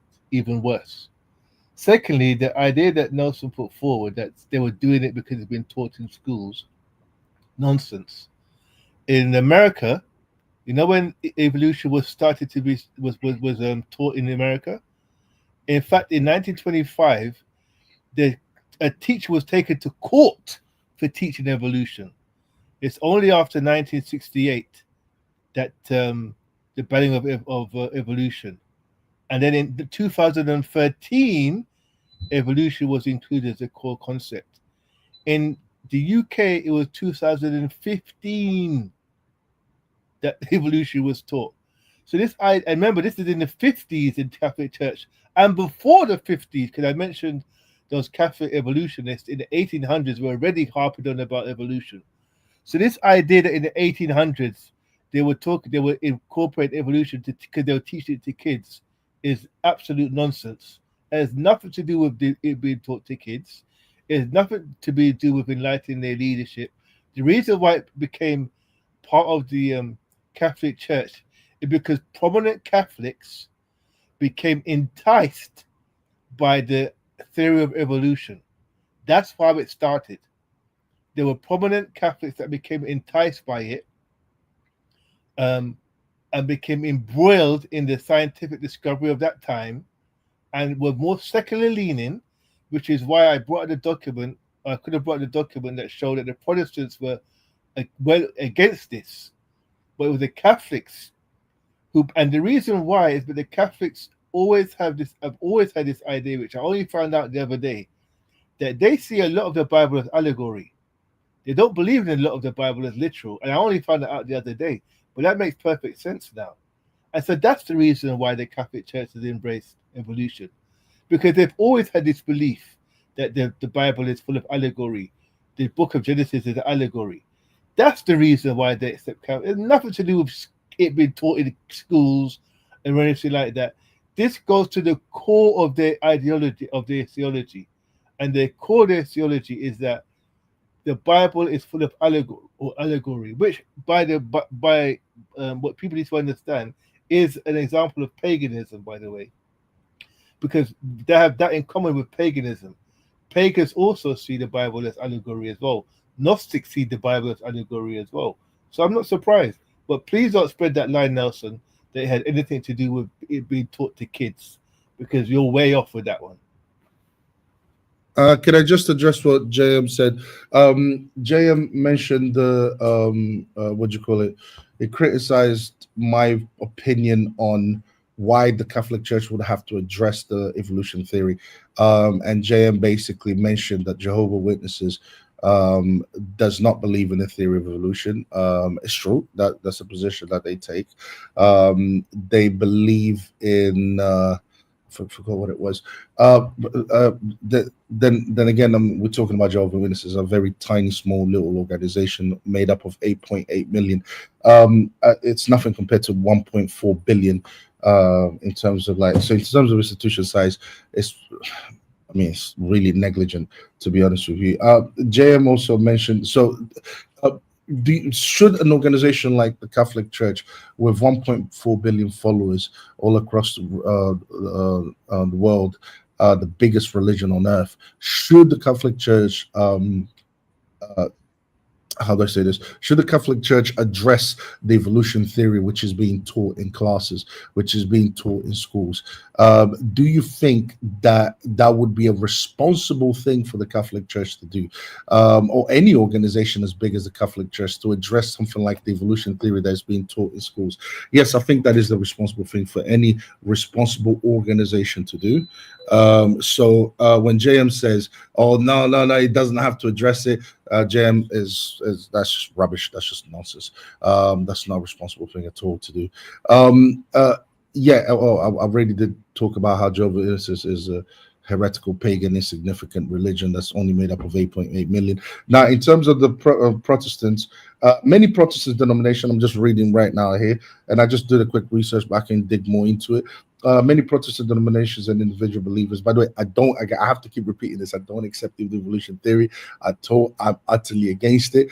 And what I'm basically here to do is just to stop you two pagans from misrepresenting what the actual Catholic Church says about evolution, because the Catholic Church does not have a position on evolution. Many Protestant denominations and individual believers accept and even embrace the theory of evolution, often incorporating it within a framework of theistic evolution or evolutionary creationism.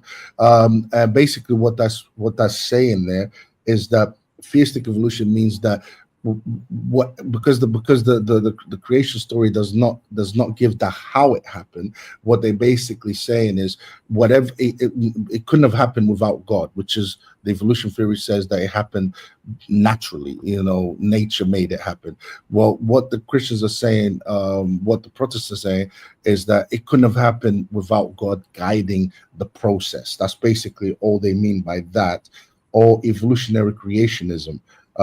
So that of course God creates it, but because God doesn't give us time, how the whole process happened, that's the reason why they entertain that. But they always say that God had to basically lead the entire process. Again, if we look at Islam, yes, you will find that loads of Muslims have accepted the theory of evolution, which I don't accept. I think it's evil, and I'm glad that the church does not have a position on it. And when it comes to Muslims, they also accept the theory of evolution, again with this idea that God guided it, not that it happened naturally by itself, and so on. So yeah, sorry guys, I had to do this to you guys, man. Final thoughts? Hold on. Is Rick James Mike Cuff? No, he's not. Sorry, Rick James, we couldn't get to you. But yeah, I mean, we can do the final thoughts. Okay, I'm gonna start off because I'm tired.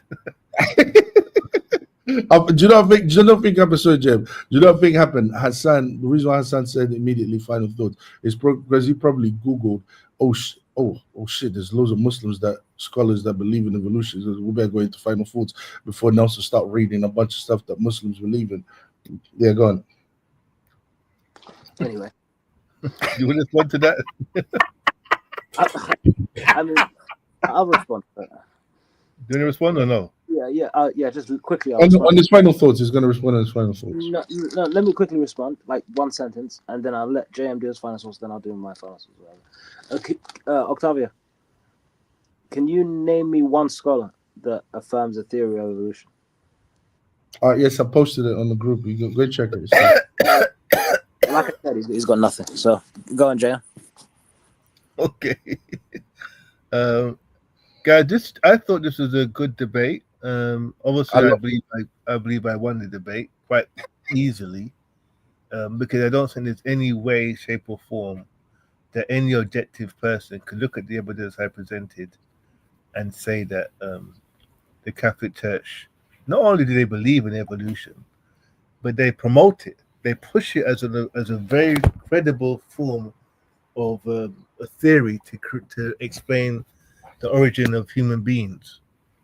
And I think, again, I have to use that whole kind of analogy of if the leadership within the organization all are on the same page, that is enough for justification for any person to legitimately say said organization believes said thing.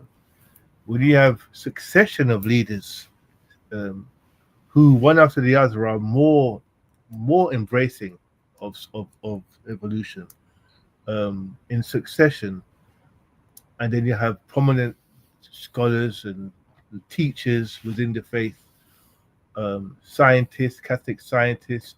You have such a thing as a Catholic evolutionist. I don't know any other faith where you have the name of the religion followed by evolutionists behind it as a thing, as something that books are written about, as a group of people identifying themselves as. So we have a group of Catholics identifying themselves as Catholic evolutionists, writing books. These books are readily available on the Vatican website, constantly promoting the idea of men evolving from pre-existing life forms, which is a theory that comes direct from evolution. As I said before, without the theory of evolution, there will be no such thing as a Catholic evolutionist. Without the theory of evolution and Darwin, there will be the statement within the first papal bull regarding this wouldn't exist. There'd be no reference to human beings coming from pre-existing life forces. There'll be no quotes from the Pope. There'll be no statements like God is not a magician and he didn't create all things. These statements wouldn't exist. These mindsets would not exist without the theory of evolution. This is why I say Charles Darwin is the father of the Catholic Church. He is. Because his doctrine has become a leading position within the Catholic Church. The theory of evolution is a principle within the Catholic Church that's endorsed at the highest level. None of this would have happened if Charles Darwin didn't exist. With Charles Darwin came the theory of evolution. Without him, we wouldn't have this situation in the Catholic Church. So that's why I call him Charles Darwin, one of the fathers of the Catholic Church. And finally, in closing, I believe that this debate, as I said before, came out of a crisis of faith that Nelson was having, because I think he deep down knows that the Catholic Church is promoting evolution and he doesn't like it. And I think in defense of that, which is what I guess, in a sense, you have to give him some credit that he's trying to defend the indefensible out of loyalty to the church. I understand that. But I do think, and I think my last slide was kind of telling, that we have other Catholics like Nelson. But the difference between him and they, those Catholics have realized the issue and are confronting the Catholic Church. And that's what I want to see. That's what I want to see Nelson do now. I want to transition from being defensive to those Catholics I mentioned, the Catholic I mentioned that wrote that book, and lead the fight against the Catholic Church, expose the leadership, expose the priests and people in power that are promoting evolution, and do that. And I think if he did that, I think he'd find himself as a better Catholic. That's it. Yeah, I'll go next. Is that all right, Octavio? I'll go next. Yeah. This was an excellent live, great presentation, great respect from both opponents. Really sticking to the time restrictions. Really appreciate that. Nobody, intentionally going longer than they need to or that's allowed. Great discussion, great back and forth as well. There's one thing I like about Solution Podcast. It really gets to the important topics. I think it's not. There's a lot of YouTube channels, and I just I can't like unless it's about movies or politics, I guess. But there's a lot of junk out there, and I really respect that the podcast focuses on things that have long-term benefit. Because I'm sure somebody will be watching this and think, okay, well, I didn't know about this, I didn't know about that, and this is a really interesting topic. This is a really interesting perspective. You know, there's that lady. There was a video. There's this lady. I won't mention her name, but you know, she's famous as of late for having intercourse with 100 men in a day or something like this. She's now gone up to 2,000. The next target, 2,000 in 24 hours. It's like how many? Like, why is it's an endless? Pardon the pun, but it's a race to the bottom.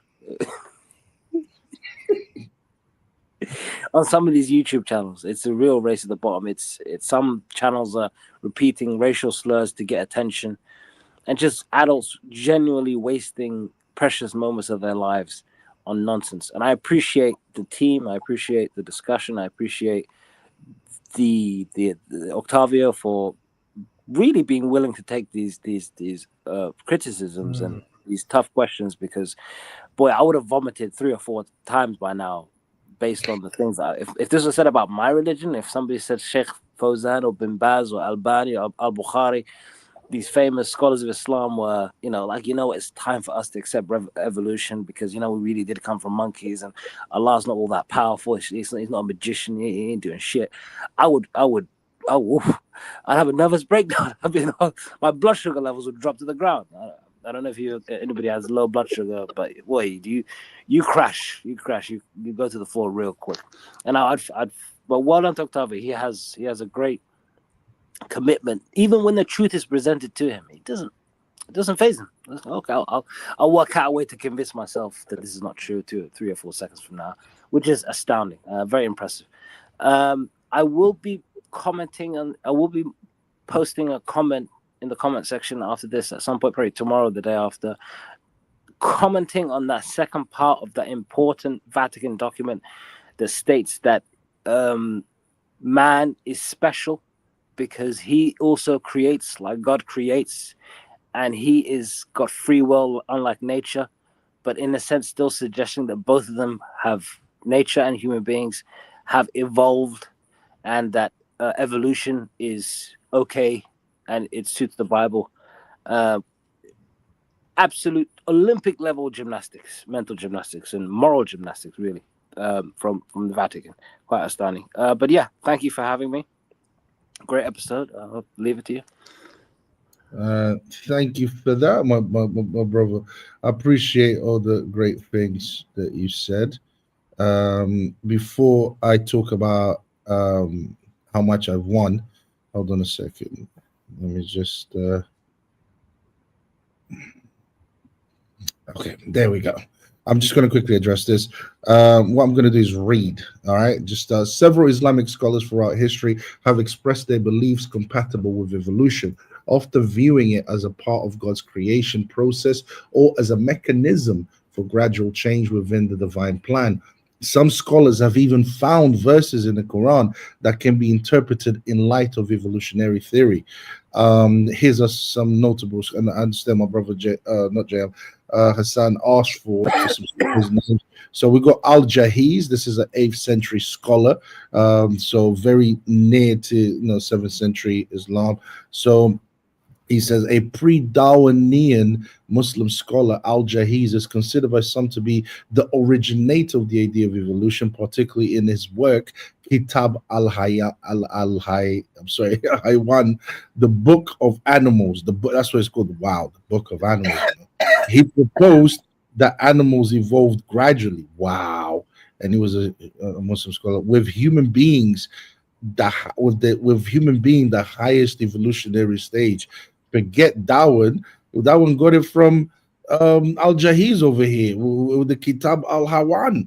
So this comes from Islam as well. Okay, and then we go Al-Farabi, 10th century. Al-Farabi, a philosopher, also discussed evolutionary ideas, particularly in the context of social development. Sayyid Ahmad Khan, 19th century, a prominent Indian Muslim scholar. Sayyid Ahmad Khan wrote in support of Darwin's ideas and had evolutionary beliefs of his own. Maulana Amin Ahmad Islat, 20th century, a scholar known, I mean, I can go on. He believed that mankind passed through stages of development before being blessed with the divine spark and becoming human.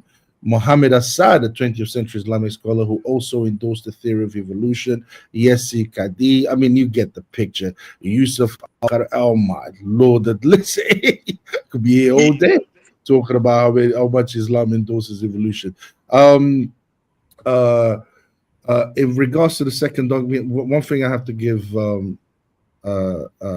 props to brother Hassan is that Hassan actually brought some evidence. He actually brought something that could, well, I have to analyze it first, and I would love to do a live on that document that Hassan brought up, because I can't say that brother Jam brought any evidence, because all he brought is quotes. That doesn't constitute as evidence. That's not what Catholic followers would consider as true, as something, to do with evidence. So next time JM has to bring encyclicals, paper balls, all of that. This is what will give his argument credit. But the encyclical that fit, what's his name, thing he brought, Hassan, he tried it with the Big Bang Theory, then I had to disprove that. But I want to go through the entire document completely, because he claims that this somehow proves that the Catholic Church teaches evolution. So I want to go into that, and I don't think it does. I think he's just misunderstanding the language. He's not taking it.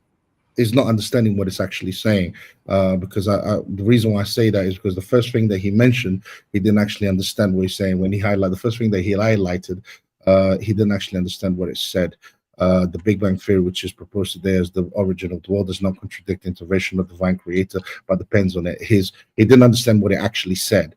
And I think it's because he doesn't actually understand the language of the document. But that's a problem with him, not to do with us. But yeah, I enjoyed the debate. I won the debate. And lastly, I'm just going to say this. The reason why I won the debate is because I showed that the Catholic Church does not have an official position, that the Catholic Church demands that the human being has to have a soul, and that goes against the evolution theory. So I mean, a bunch of arguments that JM couldn't debunk, couldn't prove wrong, with all of his what do you call it, quotes that don't mean nothing. Yes, guys, and shouts out Rick James. I'm sorry we couldn't give to for all your comments. I apologize for that. Maybe next time. Shouts to Paul at Jesus Apostolic Church. Okay, shouts to you, mate. Yeah, but we're gonna have to end the live there, guys. But I love the debate, by the way. It was a great debate and great presentation from JM. JM was absolutely amazing. But he got destroyed. You know what I mean? So better luck next time, I guess. And peace. We out. Take it easy.